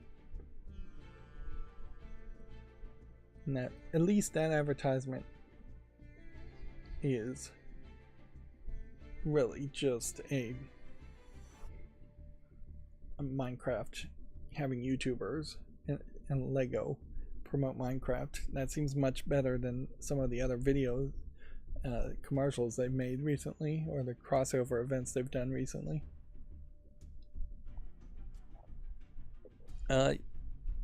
This was Gametsu talking about how announcement season is beginning, so we are on the verge here, looking at their schedule, of quite a lot of small time announcements starting in May 25th, and then Summer Game Fest is June 7th.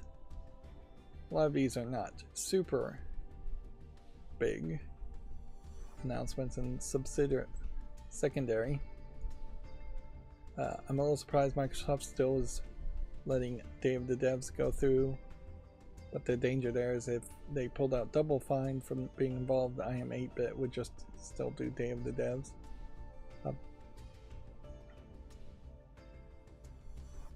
A lot of these directs feel like they were brand new last year, so it feels kind of like the second year for some of this. June 9th with Xbox Showcase will be a big one. Whereas most of the others. June 30th, you know they won't talk about hardware, so this Nintendo Direct probably isn't that big. But yeah. June and July is when it seems like we're going to start getting announcements for games for possibly 2025. Maybe we'll get lucky and have some games actually announced and released this year, but I wouldn't be surprised if most people consider this year to be mostly a loss.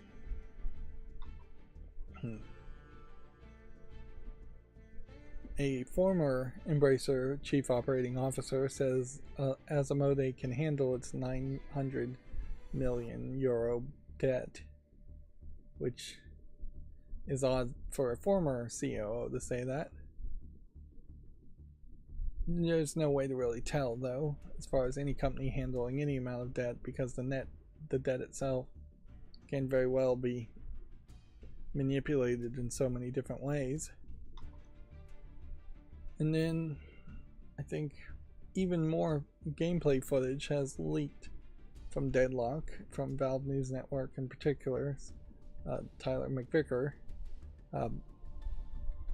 he put something new on his YouTube channel just earlier today. I haven't gotten around to look at it. The more interesting thing that caught my eye is that here's another internal shot of Valve, and they do still have decorations like this giant valve, which in fairness, you get this made once, you're not going to get rid of it. But yeah, this looks like this is a decent waiting room from the looks of it, but it's not going to really hint at much, I imagine, as far as what happens in Valve.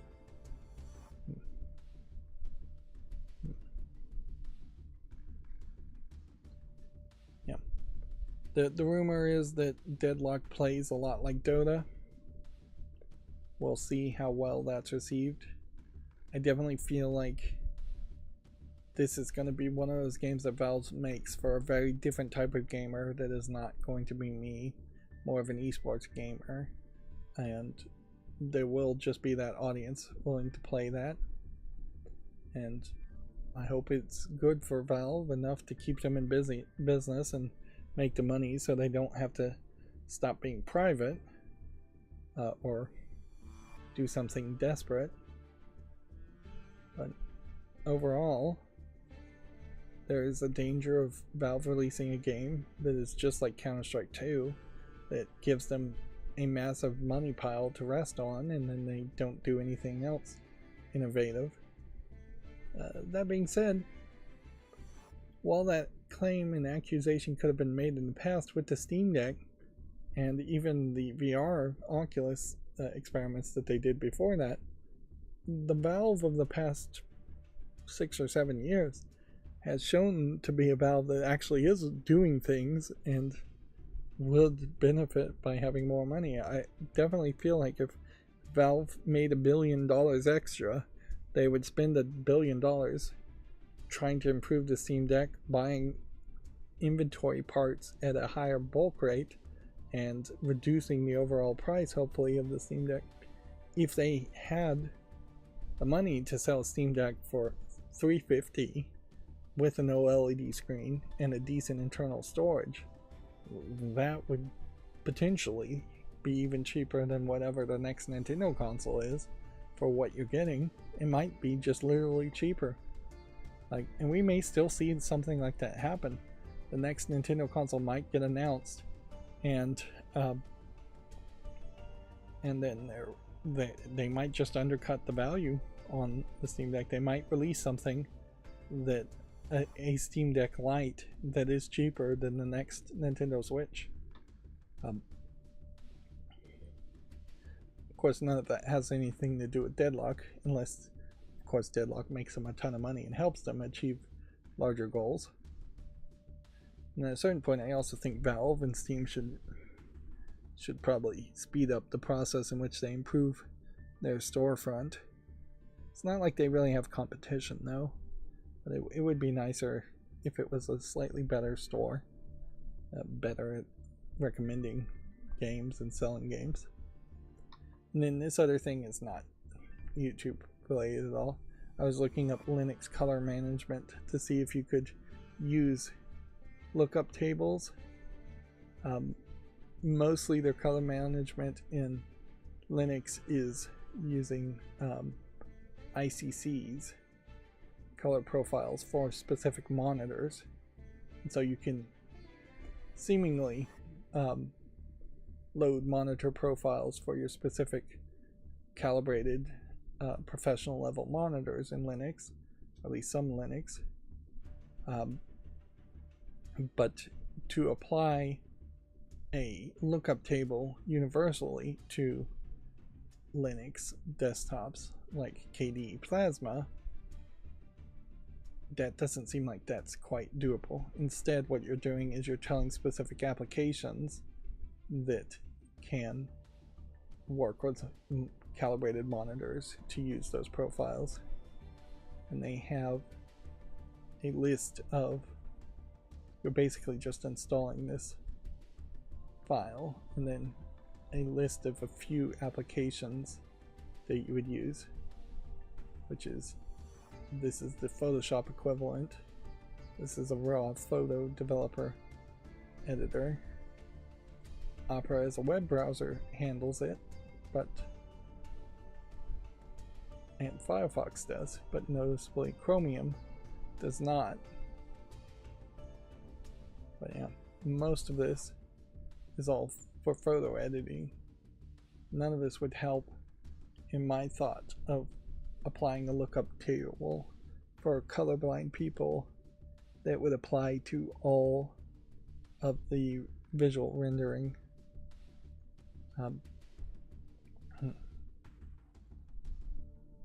So yeah, I still have some research I'd have to do if I was going to make that project. Although why start another project when I have now a fairly long list of failed projects that I haven't really made any progress on or finished in any way. Alright, well, this is a good time, and I think I'm just gonna always take a break in between the main news and then looking at all the games on Steam. So this is a good time to take a break. I'll be right back.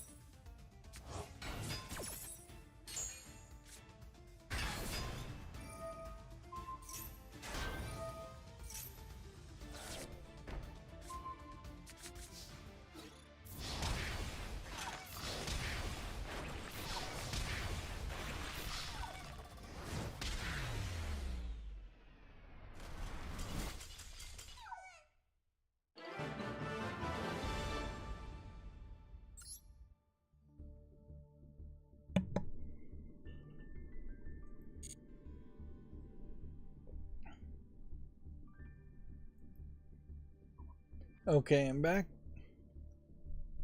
So let's go through all the games on Steam now, all the new games on Steam. Well, we can say no to this one.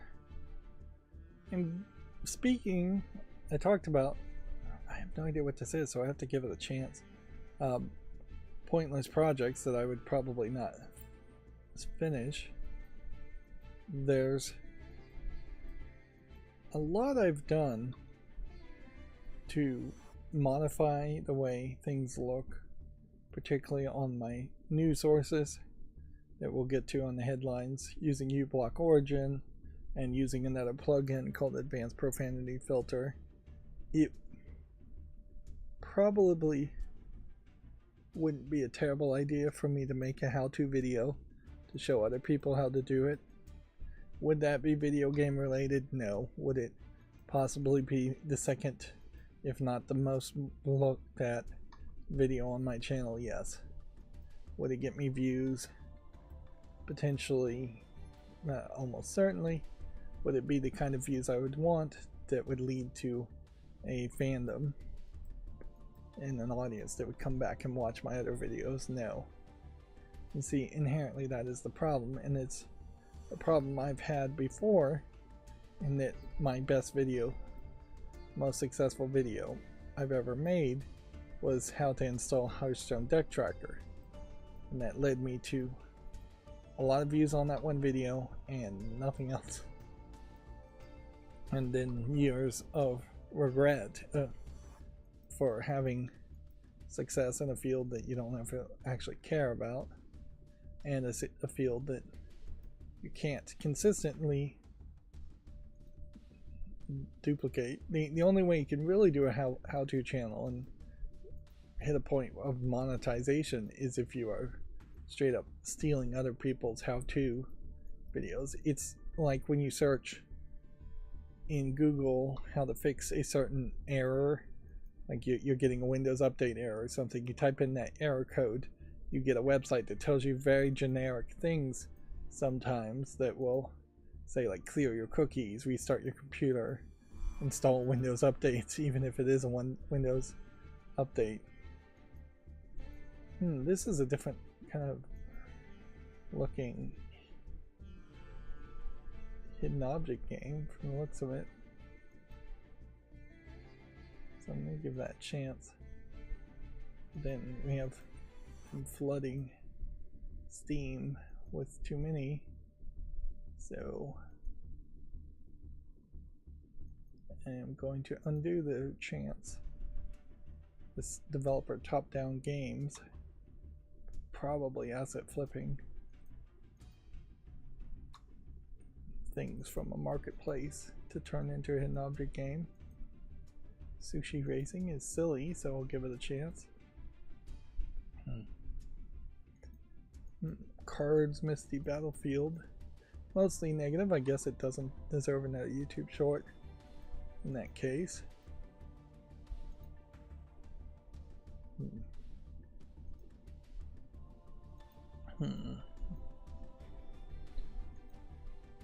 These are the spin-off games, aren't these? They're in English. There's 4 games from 4 characters, spin-off of something. I'm not sure what it was. Gunya Monster. Yeah. I have no idea what Gunya Monster is. But 4 spin-off games.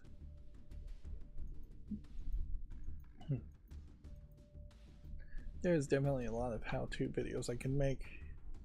At a certain level, I probably need to script them, though, if I was going to do that and do an experiment on making a video with scripting. Here we have the quintessential quintuplets 2 games, which, in fairness, I could also have said, well, you're flooding the Steam marketplace by releasing 2 of those games at the same time, but I do feel like it's a slightly different situation there. And so in the case that it really is only just 2 games, and it's not low effort asset flips, it's fairly high effort anime visual novels. This horror game looks nicely polished, and it does have one of the elements that I always want to see, which is humans and monsters. This looks weird. It's probably a troll joke game, but I'm not certain, so I'll give it a chance. Tennis Manager. Well, it's definitely not a game for me, but I'll try. I guess I do need to decide whether I think management games deserve YouTube Shorts or not. I don't really want to curate too much. Just get rid of the absolute garbage and you will eliminate 95% of all the games that come out on Steam. You don't have to be too picky, particularly since YouTube Shorts are nothing more than automated ways of promoting information, advertising games. Not particularly trying to even advertise it, just trying to expand awareness, which many people would argue is an advertisement. But yeah, I am getting still a lot of people that are super happy, or at least willing to say thank you when I make a YouTube short around a game. I've so far doing this had nobody upset about it, other than I'm sure people who hate YouTube shorts or people who are looking at the videos. Well, that's not fair. There was one person that hated my YouTube short and was very vocal about it, but that's an easy voice to ignore when it's one out of a lot of other people who have given likes and retweets and things like that. So, massive success in making content that has none of my own creative input on it, which is perhaps the highlight that my skill set is best utilized as a behind-the-scenes macro programmer maker and not as a video game content creator who is on the microphone. But that is not what I would want to do, and it really wouldn't work to just do that. Again, we're seeing a lot of games that are already on the fall list, which tells me they're probably doing a very good job of catching games before they're being announced. And games are doing a very good job of promoting themselves and advertising themselves than what they once were doing. Also makes me suspect that there is a spring sale / summer sale happening that these game developers are trying to avoid.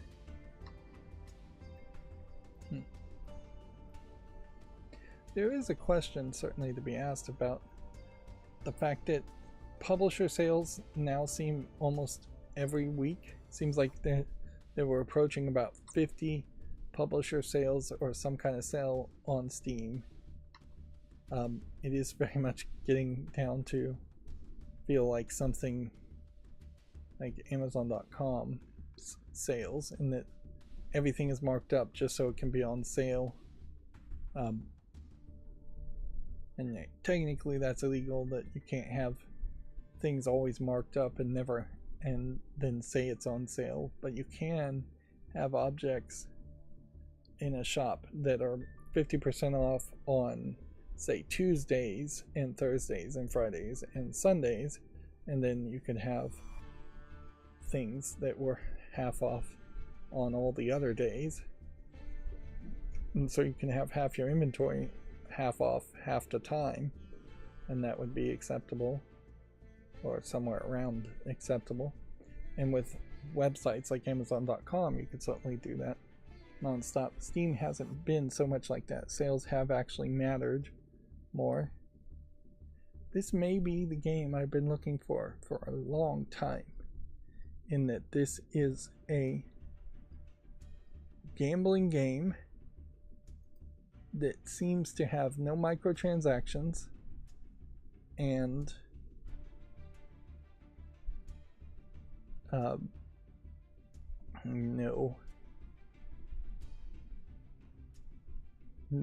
no ads in it. That being said, as I scroll down here, it seems like it's actually a casino decoration development game, casino simulator, more than it is a game where you can actually play the casino games. So it's an interesting thought. It's not particularly great quality though. So can you actually play the games?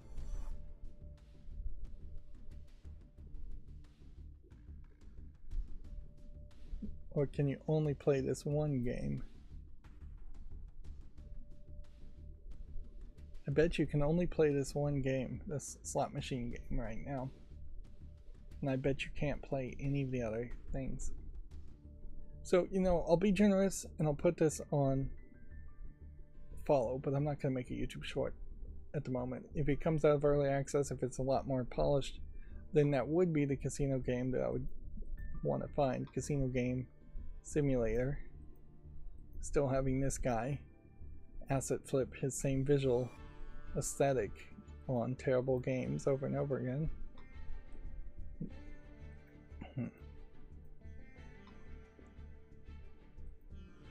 I definitely feel like there's deaf blind sensory deprivation experience in that there's nothing here, no screenshots. This does point out that if you're going to make a game like this, you need to put a video in here that would have audio playing back. Otherwise, my assumption here is that this is just a black screen. Yeah. Let's see.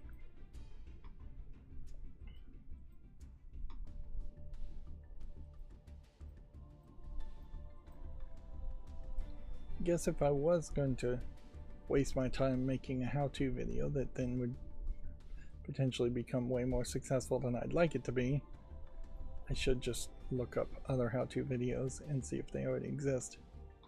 That's always the right move in any kind of thought, is investigate what has already been done and not try and do something from a starting point of complete ignorance.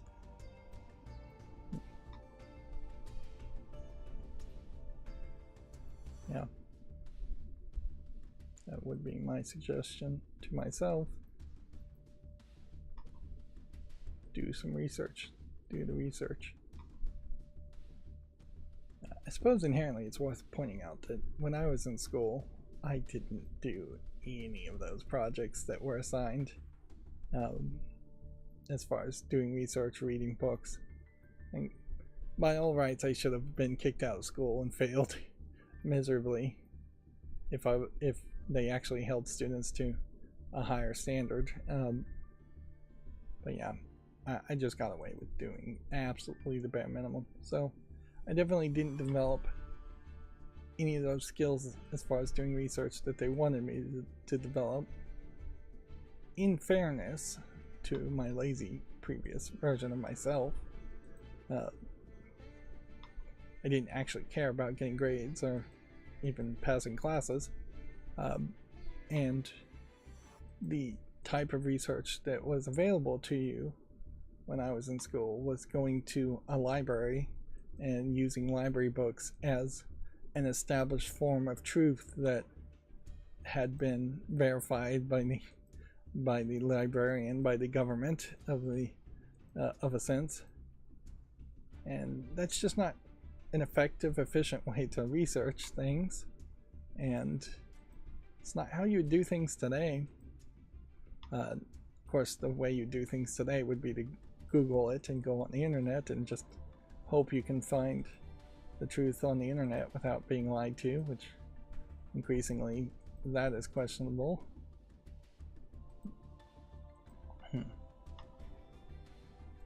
But yeah, the efficiency versus the accuracy is still so much higher on the internet than it would be anywhere else. Here's another one of these games that should be in the adult section from the looks of it.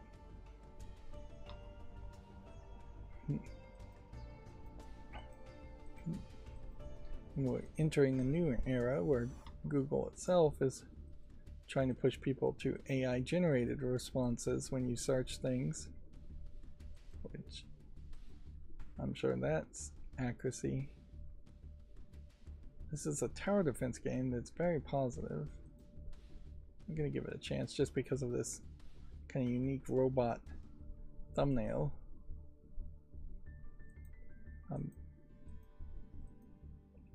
We're still seeing a lot of survivors clone type games, and it's been a while since we've seen one of these Chinese fake porn games.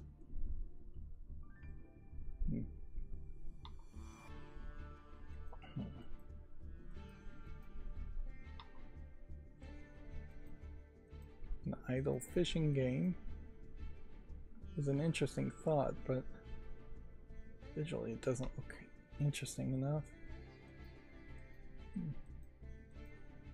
Turns out there is fishing in Stellar Blade. Here we have a Korean visual novel, Korean language only.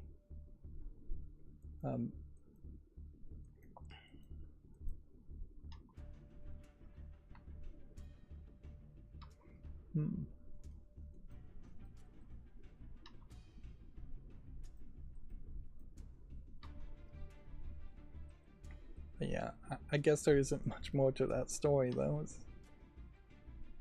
I don't know if kids even are really required to do those kinds of projects where you research a topic in books and report on it. It's not likely to be something that you actually would do very often in the real world. Most jobs are not creative enough that you would do research that way, and if your job is creative enough that you'd be doing some kind of project that requires research, it would be so highly specialized to your specific job, your specific field, how things are specifically done in your specific office, that I'm not sure you're even getting a similar enough base skills from those kinds of projects. If the point of schools is to have an educated group of kids, I'm not sure that that's the kind of project that actually leads to kids being better educated. It really only leads kids to doing more pointless busy work in college.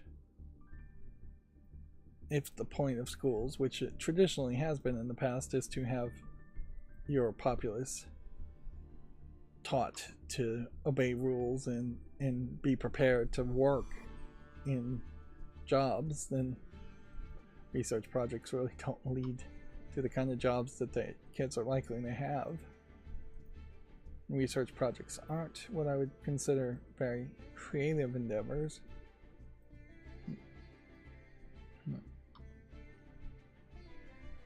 Yeah, I definitely would say that those are the kinds of assignments that need to be rethought. And certainly when I was a kid, you couldn't ever research or talk about anything you had any expertise in before or any enthusiasm with it. If I was allowed to just like talk about a video game that I already knew about it, I could have written pages and pages on that subject. But yeah.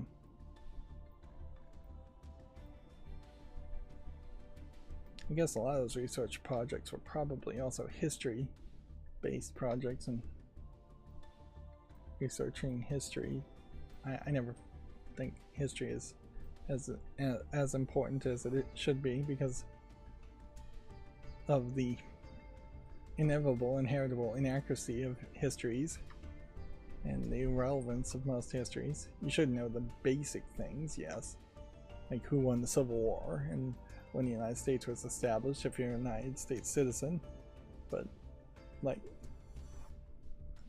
getting into specific details about, say, the Battle of Waterloo, not really relevant information, not really that necessary as far as information goes. History fails to really discuss politics of any kind, and as such you're missing the vast majority of why and how decisions are being made.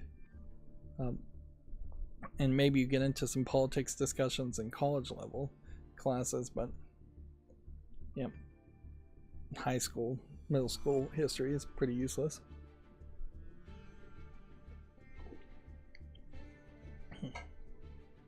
Google Maps makes almost all geography useless these days too.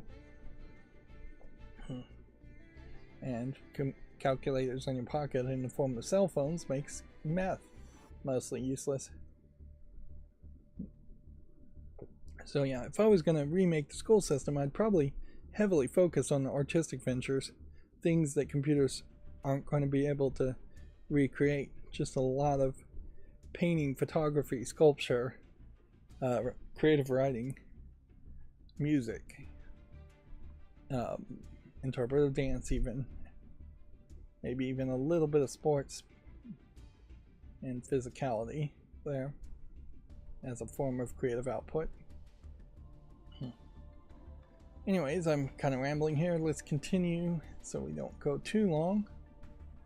So the 24-hour peak is still extremely high for Counter-Strike 2. Yeah, I don't imagine that Deadlock is secretly reporting itself as Counter-Strike 2. I imagine what the thing here is that there's roughly 500,000 to 700,000 bots playing Counter-Strike 2, and that Valve just doesn't bother to ban the bots that much. Fallout 4 is in the watching space. I definitely feel like I made a mistake not playing Fallout 4, and as much as I may not like the base building mechanics in Fallout 4, it's at least something you can do where for a house equivalent compared to New Vegas, which only has one presidential suite as your house. And the base building concept in Fallout 4 does let you do something if you have extra caps, I suspect. So that there definitely was a point in Fallout New Vegas where I had like 70,000 caps and really nothing to do with them. Either waste it buying mods and items for guns or bullets, or just sit on it. Fallout 76 is down here. Terraria is in the 49th spot, so I'd assume Minecraft would probably be somewhere between here and here if it was on Steam. Hades 2 Early Access is below Terraria. And then my chart has some dots, but because of bad information the previous day, and I think that probably confirms that the macro grabbed the bottom 100 games instead of the top 100 games. So that's probably every time there's a disconnect here is what happened. So I would just have to assume the trend here is that things are falling downward. It is kind of surprising we don't see just on a weekly basis the numbers going up a lot on Fridays and the weekends. But I guess that's probably to mostly say once it's averaged out, gamers are just playing games every day of the week.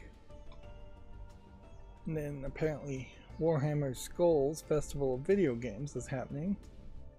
So we'll open that and see what that is.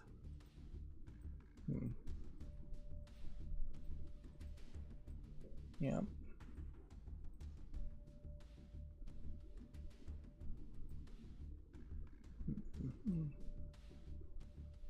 An Annapurna publisher sale. Let's look at what that is. Need to actually talk here and not just go quiet. I have been looking at the sales front page of Steam more consistently in the past couple of months, and it hasn't actually led me to buying even a single game, but perhaps it has pushed me to think a little bit more about buying games when there is a sale.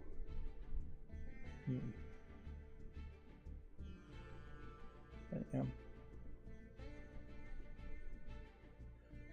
At the moment, seems like nothing really is big here. The final shape for Destiny 2 I think is out now, so that is bumped up quite a bit. I don't know if you can play the final shape as a free-to-play player though. It might be an interesting thought to think, with the end of Destiny 2 approaching, will that be the end of looter shooters being super successful? Yeah, and even that phrase probably should disappear. Yeah. On the other hand, I kind of think Fallout games should be looter shooters. I definitely have been making a lot of comparisons to Borderlands 1, and I do think just running and gunning in the Fallout universe appeals more to me than the Bethesda role-playing mechanics that have existed in the past. It's time to just make a new engine, make a whole new game, make it a spin-off game if you want to. Fallout 76 is not too far from what I'm suggesting. I just wouldn't have it be so light on content and so microtransaction heavy. For Annapurna Interactive, we have these games being highlighted. Blade Runner 2033 Labyrinth, I guess. Would have kind of thought that either had already come out or wasn't going to come out. Are we potentially going to have a third Blade Runner movie? If we do, it's not going to have, what's his name in it, Harrison Ford. I doubt Harrison Ford would be anything. $5 for Telling Lies is about the maximum you should play with it. This Unfinished Swan for $5 is probably a good one. Play. These are different kinds of games, certainly. More artsy games. And so I wouldn't be surprised if these kinds of games get overlooked and forgotten during a Steam sale. But they are also, because they're artsy, perhaps a little bit overpriced for their nicheness. $20 for Thirsty Suitors. Probably a little too high. $20 for Stray is probably a little too high, even though a lot of people bought them. Bought that at the full price. And then the Warhammer Skulls Festival video games would have to either be just a bunch of old Warhammer games that maybe are reviewed well, or published by a company called Skulls. It's always been my impression that the Warhammer game series has really struggled to have great games. This one I already own. Yep. But the ones that are being promoted here, for the most part, are being reviewed well, except for Total War Warhammer 3. Seems like some of these might just be DLC. Yeah, it definitely has been my thought that a lot of these Warhammer 40k or Warhammer games in general, not set in the 40k future time, have kind of struggled.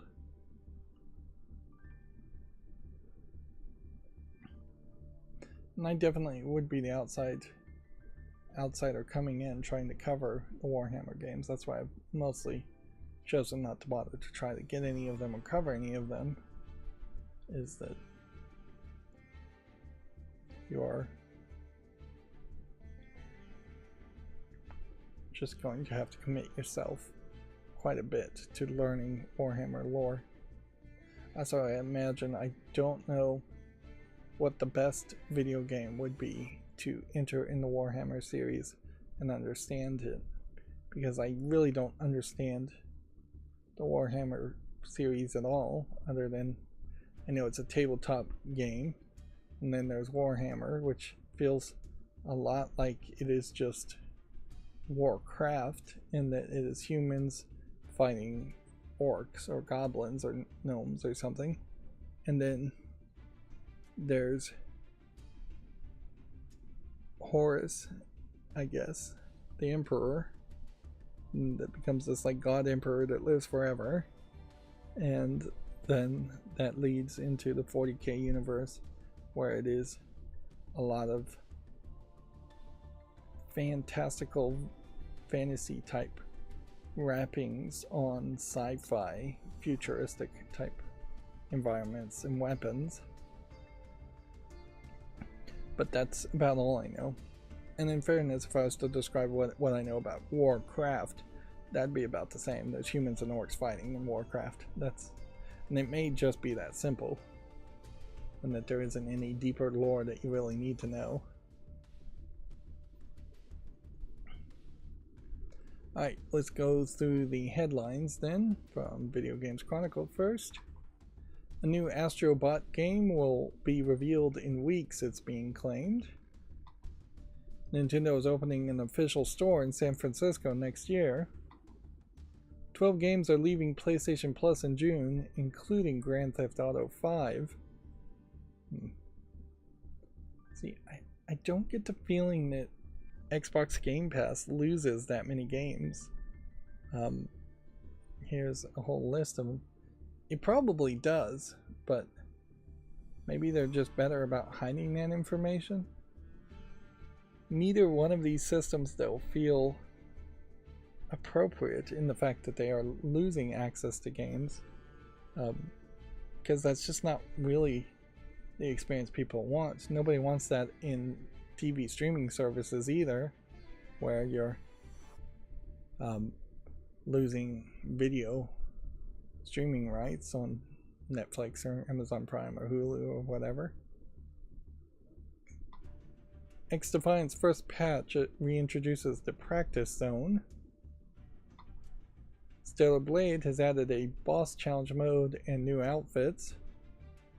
One of the things that the YouTuber that was talking about Stellar Blade also mentioned is that Eve here as a character is actually fairly serious, or always serious as a character, and there's really never a point in the game where even other characters or the camera is overly focusing on her body. So the costumes actually feel a little bit out of place, according to this YouTuber, in that you have a serious story going on with serious characters in the story, in the conversation, and then Eve is just wearing kind of a goofy lewd outfit that's not getting mentioned at all.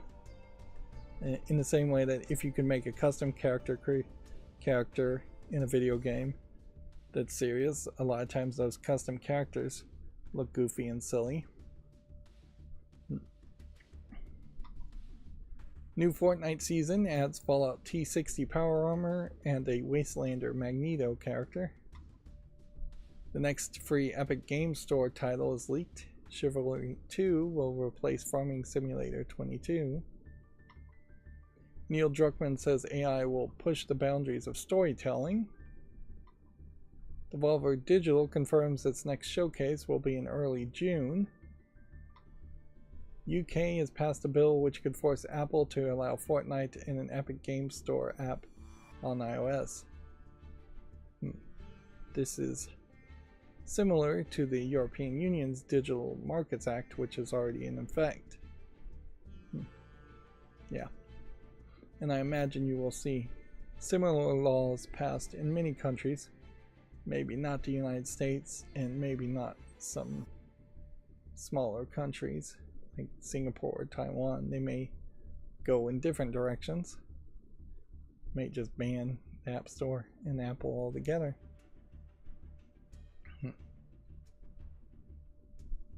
Yep. Inherently, there is a danger here.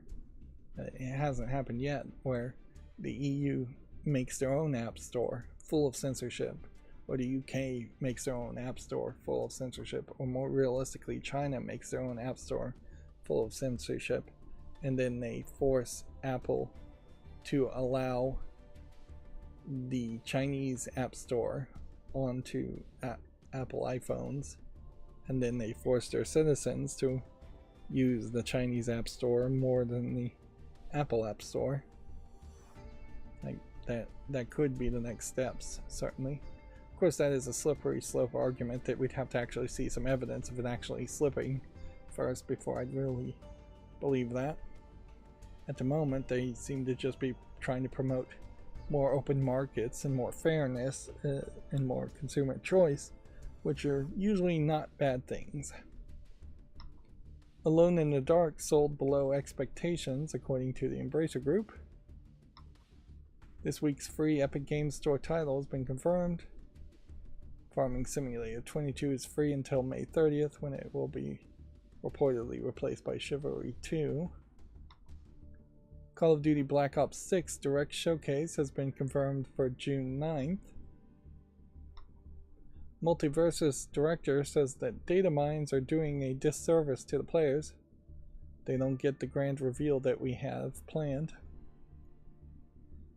I kind of almost agree with the director in this case. It's like, what really is the point of spoiling yourself on reveals? Now, obviously, the Multiversus director wants the grand reveal to get people hyped get people to buy the game when they may have not actually bought the game otherwise. But as an actual gamer, having information ahead of time in this case doesn't, I think, really help you any. Yeah, because you're basing your decisions on data mines, rumors, and speculation, basically. Things that might change. And you having that extra information maybe gives you more time to decide whether you would want to buy, in this case, Multiversus at all. But for most people, if you're looking for data mines, you probably already have bought Multiversus or have decided you're going to buy Multiversus. So yeah, I definitely think gamers should spend their time playing games more than trying to look for data mines or data mining themselves. Like, yeah, I don't think it's that helpful. It's not really to a level of investigative journalism where information that's getting out needs to be released or has any value to society by being released early. Atari has acquired the Intellivision brand, ending the first ever console war. Well, is that how console wars end? Is that Atari, a company, goes bankrupt several times over, and some holding company buys the name of Atari to buy Intellivision, which I think also has gone bankrupt several times over, so their name can be bought out? Is that literally all the console war is just who owns the rights to a logo, a name, or who owns the intellectual property of rights to games that are incredibly old?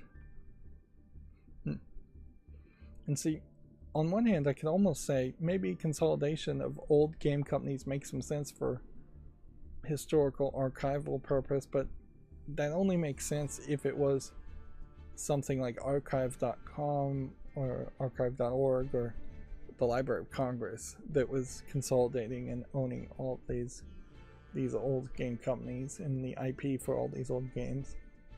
And that's not what's happening here.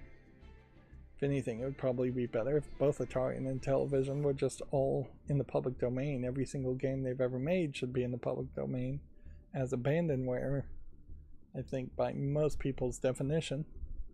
Yeah, I will throw out my personal desire, which is once a company goes bankrupt, its creative intellectual property should be public domain. And bankruptcy should really only cover physical things like computers, hard drives, maybe the hard drive with the backup of code, but the code itself, the data, the creative work, should just be public domain, even if it's not going to be ever uploaded to the internet because somebody owns the physical hard drive that code is on it. But yeah, the idea that Atari can go bankrupt and a holding company can buy their name is kind of ridiculous. Ignoring that, Atari buying Intellivision kind of makes some sense, but we still haven't really seen this new Atari do anything great with anything. And apparently Atari has bought Intellivision brand, but a rebranded Intellivision LLC still exists working with the Amico console.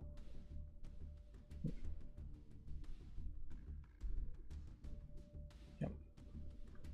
And this definitely feels like this is barely news. So let's move on. PlayStation execs predicts focus will shift from graphics to immersive narratives. Technological advancements will enhance emotional depth in games over the next decade. This is probably hinting at that PlayStation knows that they can't just keep pushing graphics to be better and better. Although you could have made the same claim 10 years ago and it would have felt just as valid. I think there probably is still a lot of ways in which graphics could be pushed to be better in small ways. I wish that it is a shift to immersive narratives. I also kind of wish there would be some shift to better gameplay and just better overall experiences.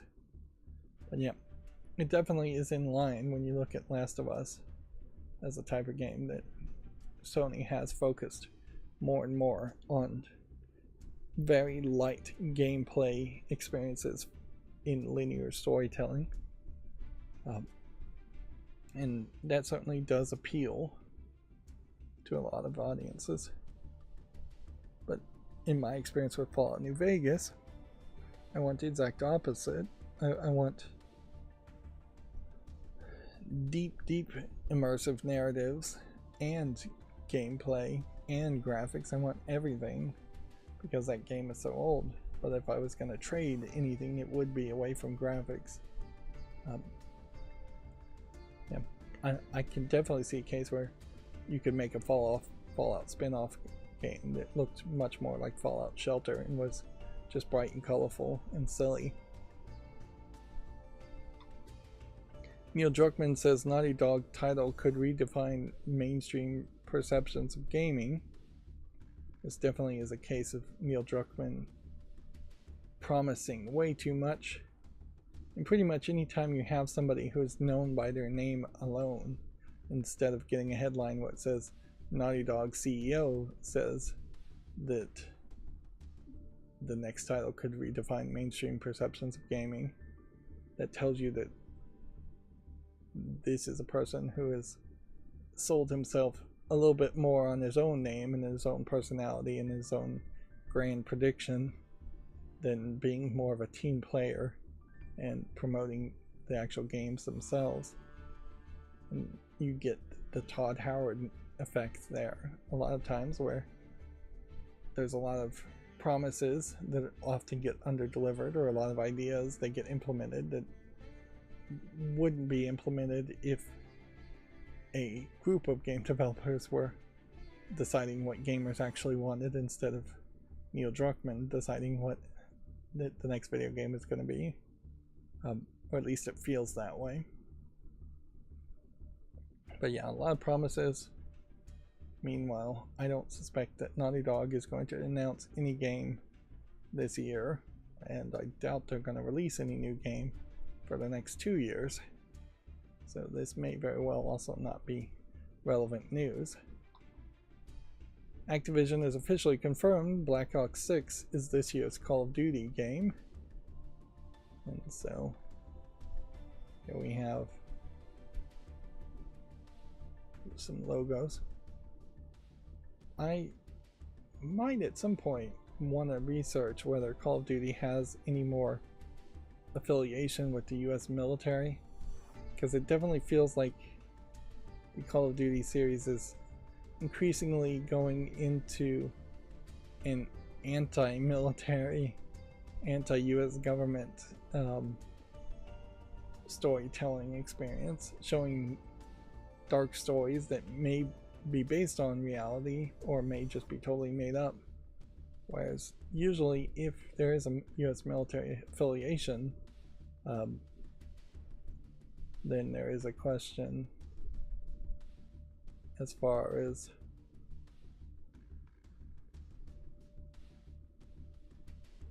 usually when there's a US military affiliation, it's usually highly patriotic, although those games tend not to sell too well.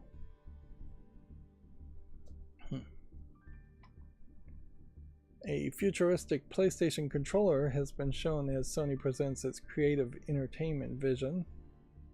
This is obviously a computer-generated mock-up. So the question here, you should probably watch the whole video. Let's look at the screenshot. Is how much of this technology would be doable in what we're seeing? Well, for the most part, this is just a PlayStation controller with two what look like touchpads instead of button layouts and two analog sticks. And what looks to me like maybe one trigger here, maybe a trigger here, and then doesn't seem like there's any more triggers here. And this is probably a real prop held by somebody. But even in that, you can see this is not really long enough to get a good grip on this. And maybe that's where this ring comes into play, is that you need one hand to stabilize holding it if you move the other hand. But yeah, this is a really small looking device for really no reason. If you could take the ring apart, or even maybe rotate the ring, this controller might be smaller, but it's still not going to be small enough that you just carry it in your pocket every day. Then you get into the big thing on a curved screen floating in air, and that is just not likely going to happen unless you're implying somebody has some glasses, some augmented reality glasses, which would be one way to go to the future. But as far as looking at the actual controller there, that doesn't feel to me like they're even proposing that they'd make significant changes to the controller.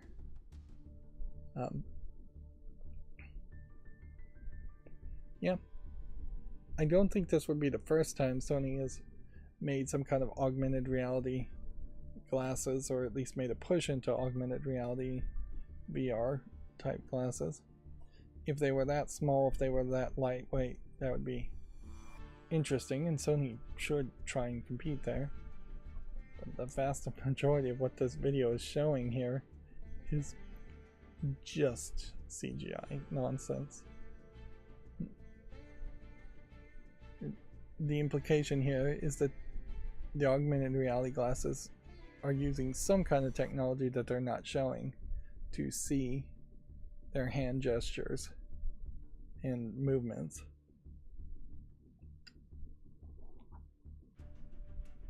We probably aren't too far off from a $500 camera-like device that could just watch your hand movements and focus heavily on that. But $500 might be way too cheap too. Interpreting hand motions and correctly interpreting hand motions would be the hard problem here. And they're promoting Horizon and Ghostbusters and I would assume this is either TV or a singing game.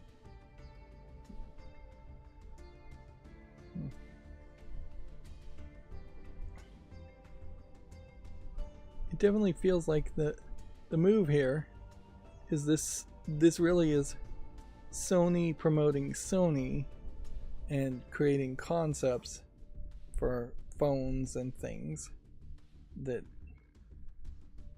are nowhere close to actually being made. So was it really worth even watching that video? Becomes the question. Where it wants to be in 10 years. 10 years is actually a long time for what they're promoting here. Like, I definitely don't want to see a PlayStation controller that is so similar to a PlayStation controller now in 10 years. I'd want to see major improvements around that idea. It half feels like these might be discs that spin. Honestly, in 10 years, we may, if we get really lucky, we may have technology where you could just hold a controller in your hand and then think about making movements in your hand, and it would just read the nerve signals through your hand and react accordingly. Because that's where we're getting to with amputees, is just either subdermal implants, which gamers would never do, or dermal sensors at just a very high rate of sensor and a higher level of accuracy. So we could get to a point where you just put the controllers into your hands, you strap them onto your hands maybe, and that's it. It might just be a glove, really. You may just be able to freely move your hands and not have to move at all. You may just think about doing things and then it would work, as far as controllers. And then as far as screens go, yeah, I want augmented reality glasses cheaper. That's all they need to do now. So in 10 years, it definitely makes sense you could have augmented reality glasses if you can just get them down to be $150 or so. Something that's realistic if you're going to have 2 or 3 people in the same room possibly seeing the same thing. Now on that level, somebody like Bluetooth, and it very well might be Bluetooth, needs to put out a new standard to wirelessly transmit video, and there still is likely going to be a substation somewhere. It's probably going to be a cell phone or something that looks like a cell phone that would transmit the video and be the middleman between the controller and the video. I think there is already an 802.11, maybe it's AX Wi-Fi standard specifically designed for streaming video wirelessly at what could be a 6, maybe even a 7 gigahertz bandwidth in 10 years. And that would likely be the better standard to use instead of Bluetooth making a new standard. But yeah, it's really not predicting much of anything new at all. Yeah. And yeah, I'm not sure that's really news as much as that's just a commercial. Gameplay footage of Valve's next major title is seemingly leaked. We already talked about this. Deadlock is said to be in closed alpha testing. Rise of Ronin is adding new missions and features. Netflix offers the first look at Liam Hemsworth's Geralt the Witcher in The Witcher Season 4. So this is a trailer not worth watching. The actor who played Geralt in the first 3 seasons apparently was not liked by anybody else in the Witcher production, and the argument has been made that he was not liked because he was trying very hard to make Geralt seem true to the video games. I think even more than the books, even though the Netflix series is more based on the books, and I think the Netflix series itself is really just trying to do its own thing. So maybe just a little too rigidness. As an actor, you really can't be that rigid. If you want to be rigid, you have to be the director or the writer or the producer. But yeah, the best thing I think Amazon Prime could do at this point would be to hire the Geralt of season 1 through 3 and do their own Witcher series based on the video games, which they could probably pull that off due to the weird licensing elements here. Or, you know, even wiser, hire that actor, do something that is very much like Geralt of Rivia, but don't call him Geralt and don't have it in the Witcher universe, just have it in a fantasy universe that's somewhat close.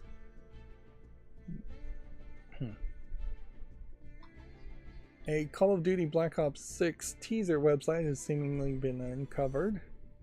So apparently this was supposed to be viral marketing, but it seems like it all happened fairly quickly as far as the reveals go.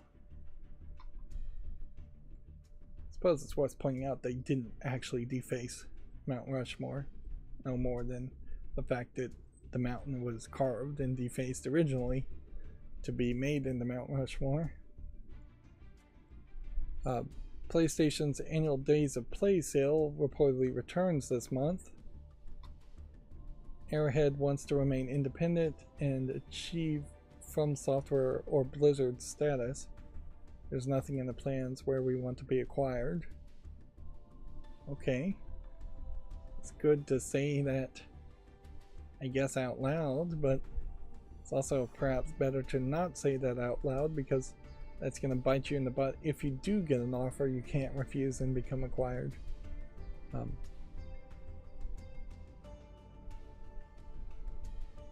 I guess there's nothing else really to say other than that. Arrowhead's CEO also stepped down to focus on the role as Chief Creative Officer. I hope that works out well for him, but it's highly unlikely to. And then Suicide Squad Kill the Justice League's latest update adds new enemies. And then that'll bring us to the Gamatsu headlines. A barista simulation game, Tokyo Coffee, grinding in the pandemic for PC, launches in July. Let's see. See if we put that on the fall list. The screenshots are a little rough because you're looking downward, and it definitely seems like you're focusing heavily on single pour custom coffee blends, which may be a little too inside baseball as far as making custom coffee.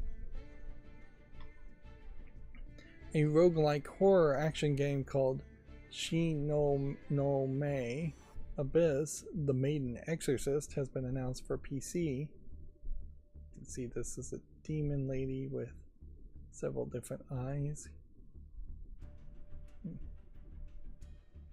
From the thumbnail, I would have thought it would have been just a visual novel or something.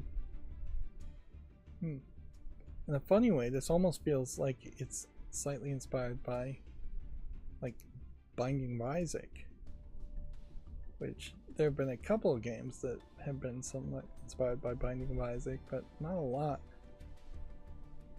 But yeah, you've got the whole layout of a map here. You've got multiple weapons, power-ups. Yeah, that is intriguing. They're comparing it to Downwell. Maybe that's right, maybe it isn't. Genshin Impact version 4.7 update, An Everlasting Dream Intertwined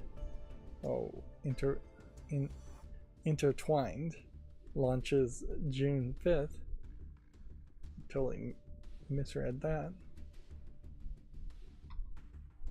Magical Drop 6 is coming to the PS4 and 5 and the Xbox One and Series on June 14th. The Magical Drop series, I believe, is a gym matching game. It's already on Steam. It's rated very positively. I feel like this is also a fairly long-running series that it's probably not had a new game in a while before Magical Drop 6. Go ahead and put it on the wish list since it is rated very positively. It's out of early access. Kind of a high price, even its lowest price of $20 feels like a high price to play this kind of game though. These are the kind of games I would expect to see on like bar arcade machines many decades ago, not sold as individual software per se, or at least not sold at even a high premium of $30.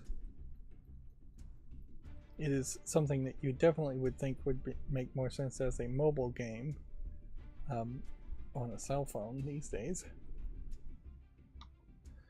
Grand Blue Fantasy Relink version 1.3.0 update launches May 31st.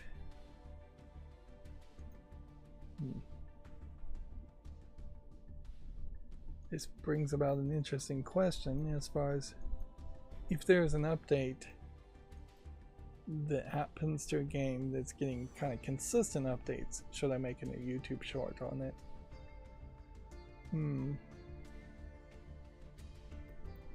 At a certain level, I guess I have to celebrate their efforts and say yes to that. It's a new playable character, new features including a photo mode and map overlay. So yeah, I would say significant number updates, yes, get new YouTube shorts. So in 1.2 would have gotten a YouTube short, a 1.3, a 1.4, a 1.31 no, a 1.39 no, 1.35 no. I think that is the way to go with games that are going to be kind of games of services. Also, I should probably just double check to see what is being added, to see if it sounds like it's enough to justify mentioning a game or making a new YouTube short. The city building and trading simulation game Rydo's Nautical Chronicles of Trade has been announced for PC. This almost feels like this is a spin-off of the Atelier series, but nope, it is just kind of a simulation game with an interesting thumbnail, but otherwise I would say this looks fairly boring as a game, but it's probably just not my type of game. Warhammer 40k Mechanicus 2 has been announced for the PS5, Xbox Series, and PC. So there is a new Warhammer game. But then I guess at a certain point there always is a new Warhammer game. They over-license it way too much. Warhammer 40k Boltgun DLC Forges of Corruption has also been announced. I suspect this means that there is some kind of Warhammer 40k Warhammer event that occurs, and that's where all this announcement is coming from.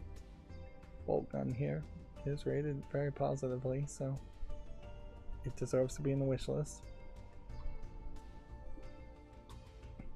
Stellar Blade Boss Challenge Mode update launches May 24th. Warhammer 40k Space Marine 2 multiplayer mode reveal trailer and screenshots are available on Gematsu. Devolver Direct 2024 is set for June 7th. And I guess they are still doing this gimmick. Usually the gimmicks don't last past 1 year. And we'll see how that goes. Volvy's 15th birthday party. Pix Mix or Puzz Mix is coming to the Xbox One and Series on May 24th.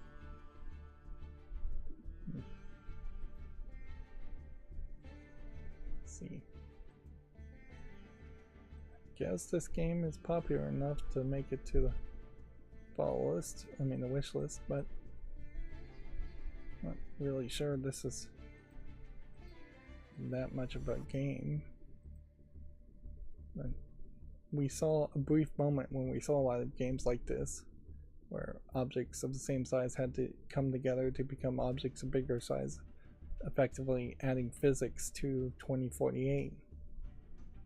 Maybe this was one of the original games in that genre. Grapple Dogs Cosmic Canines launches August 15th for the Xbox Series, Switch, and PC. Yeah, obviously I still haven't worked on making sure that these Steam links are opened before I start streaming. Sushi Bin for PSVR 2 launches May 28th. This is a large variety of shapes here. You have a big strong lady, you have a tiny scrawny boy, and then you have a big strong guy. It's an odd combination of characters. I wish there was some screenshots here, but honestly, since it's a VR2 game, I kind of just don't care. Well, we could click this and see if we can see the screenshots here. Yes, it does seem very silly, and I was making YouTube shorts around VR games anyways. Yeah, I did get one comment on a VR game saying this is the reason, this is the millionth reason or something that I want a VR headset. So there are still people out there that are enthusiastic about VR, and obviously there are game developers still enthusiastic about VR. Call of Duty Black Ops 6 has been announced. Cooking and management game Magical Bakery has been announced for the PS5, Xbox Series, and PC.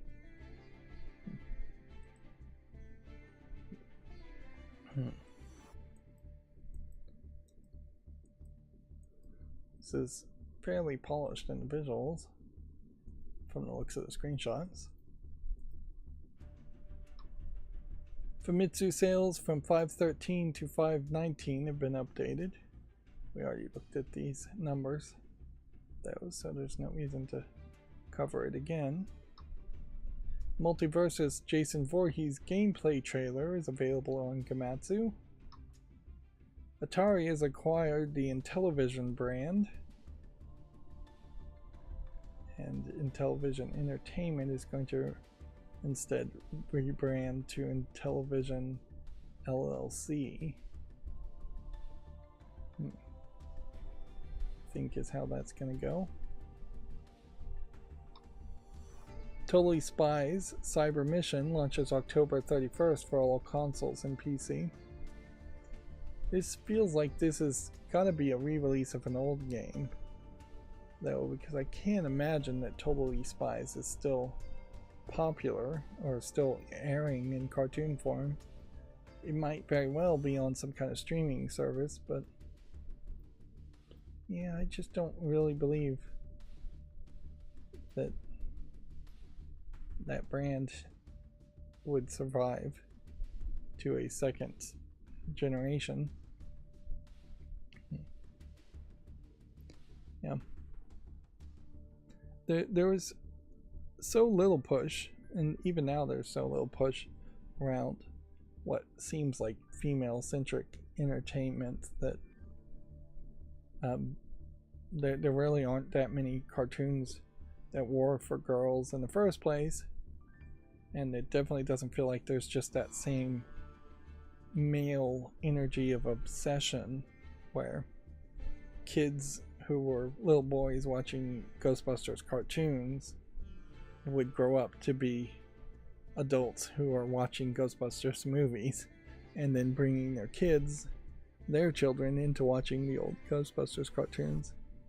Yeah, I just don't think there's that much of that level of obsession or brand loyalty, if you want to call it that, amongst the female fandom.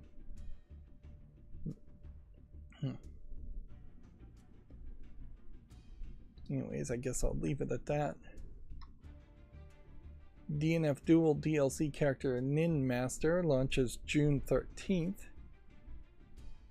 This is a very sharp angle here on the visuals. You don't see that much in games where the hand is just right up on the screen and then you have a really deep depth of field.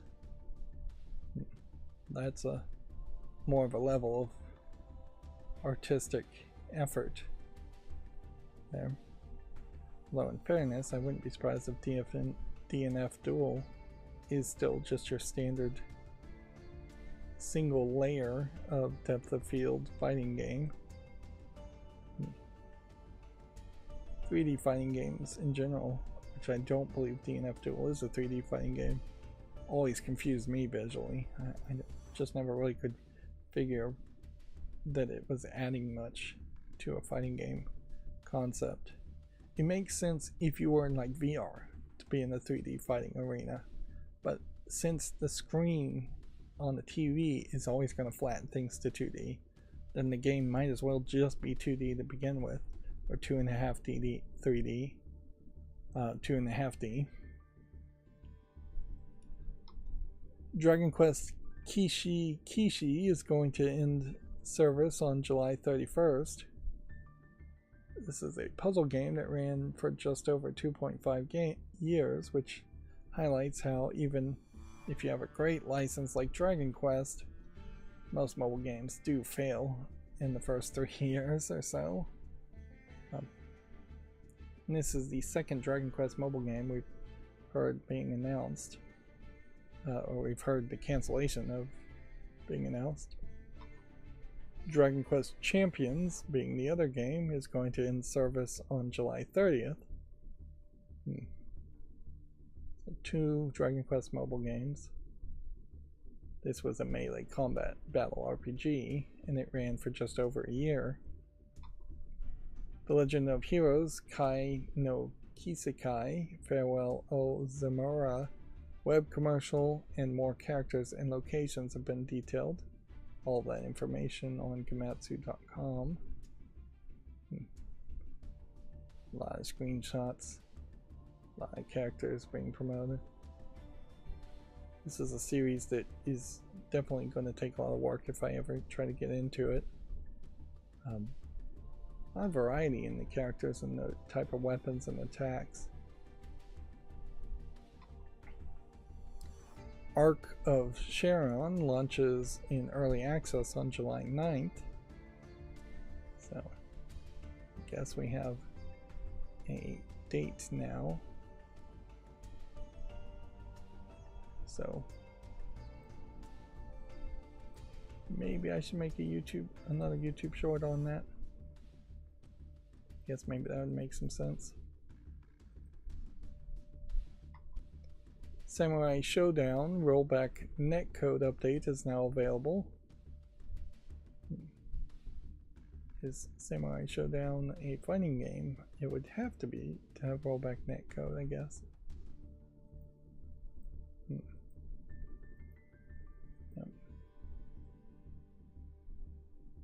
I guess what they're doing here is they're having a deeper depth of field for this fighting game in the attack animations.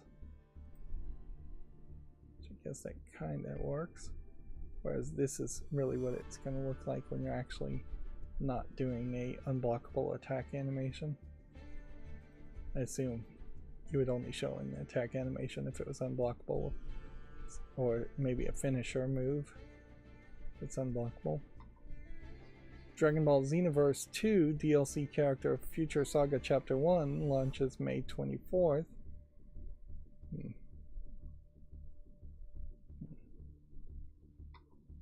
Helldivers 2 developer Arrowhead Game Studios has appointed a new CEO in Shams Yoryani is how I'm gonna, Yoryani, that's how I'm gonna pronounce his name. This of course was after the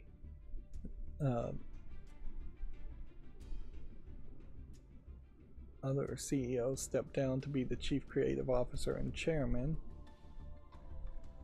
Right, and then that's going to bring us to the GameDeveloper.com articles. Let's see how that goes. Fragbit CEO steps down after the company declares fall damage bankrupt. Machine learning was used to sync subtitles in Marvel's Spider-Man 2. How much machine learning do you really need, though, to sync subtitles?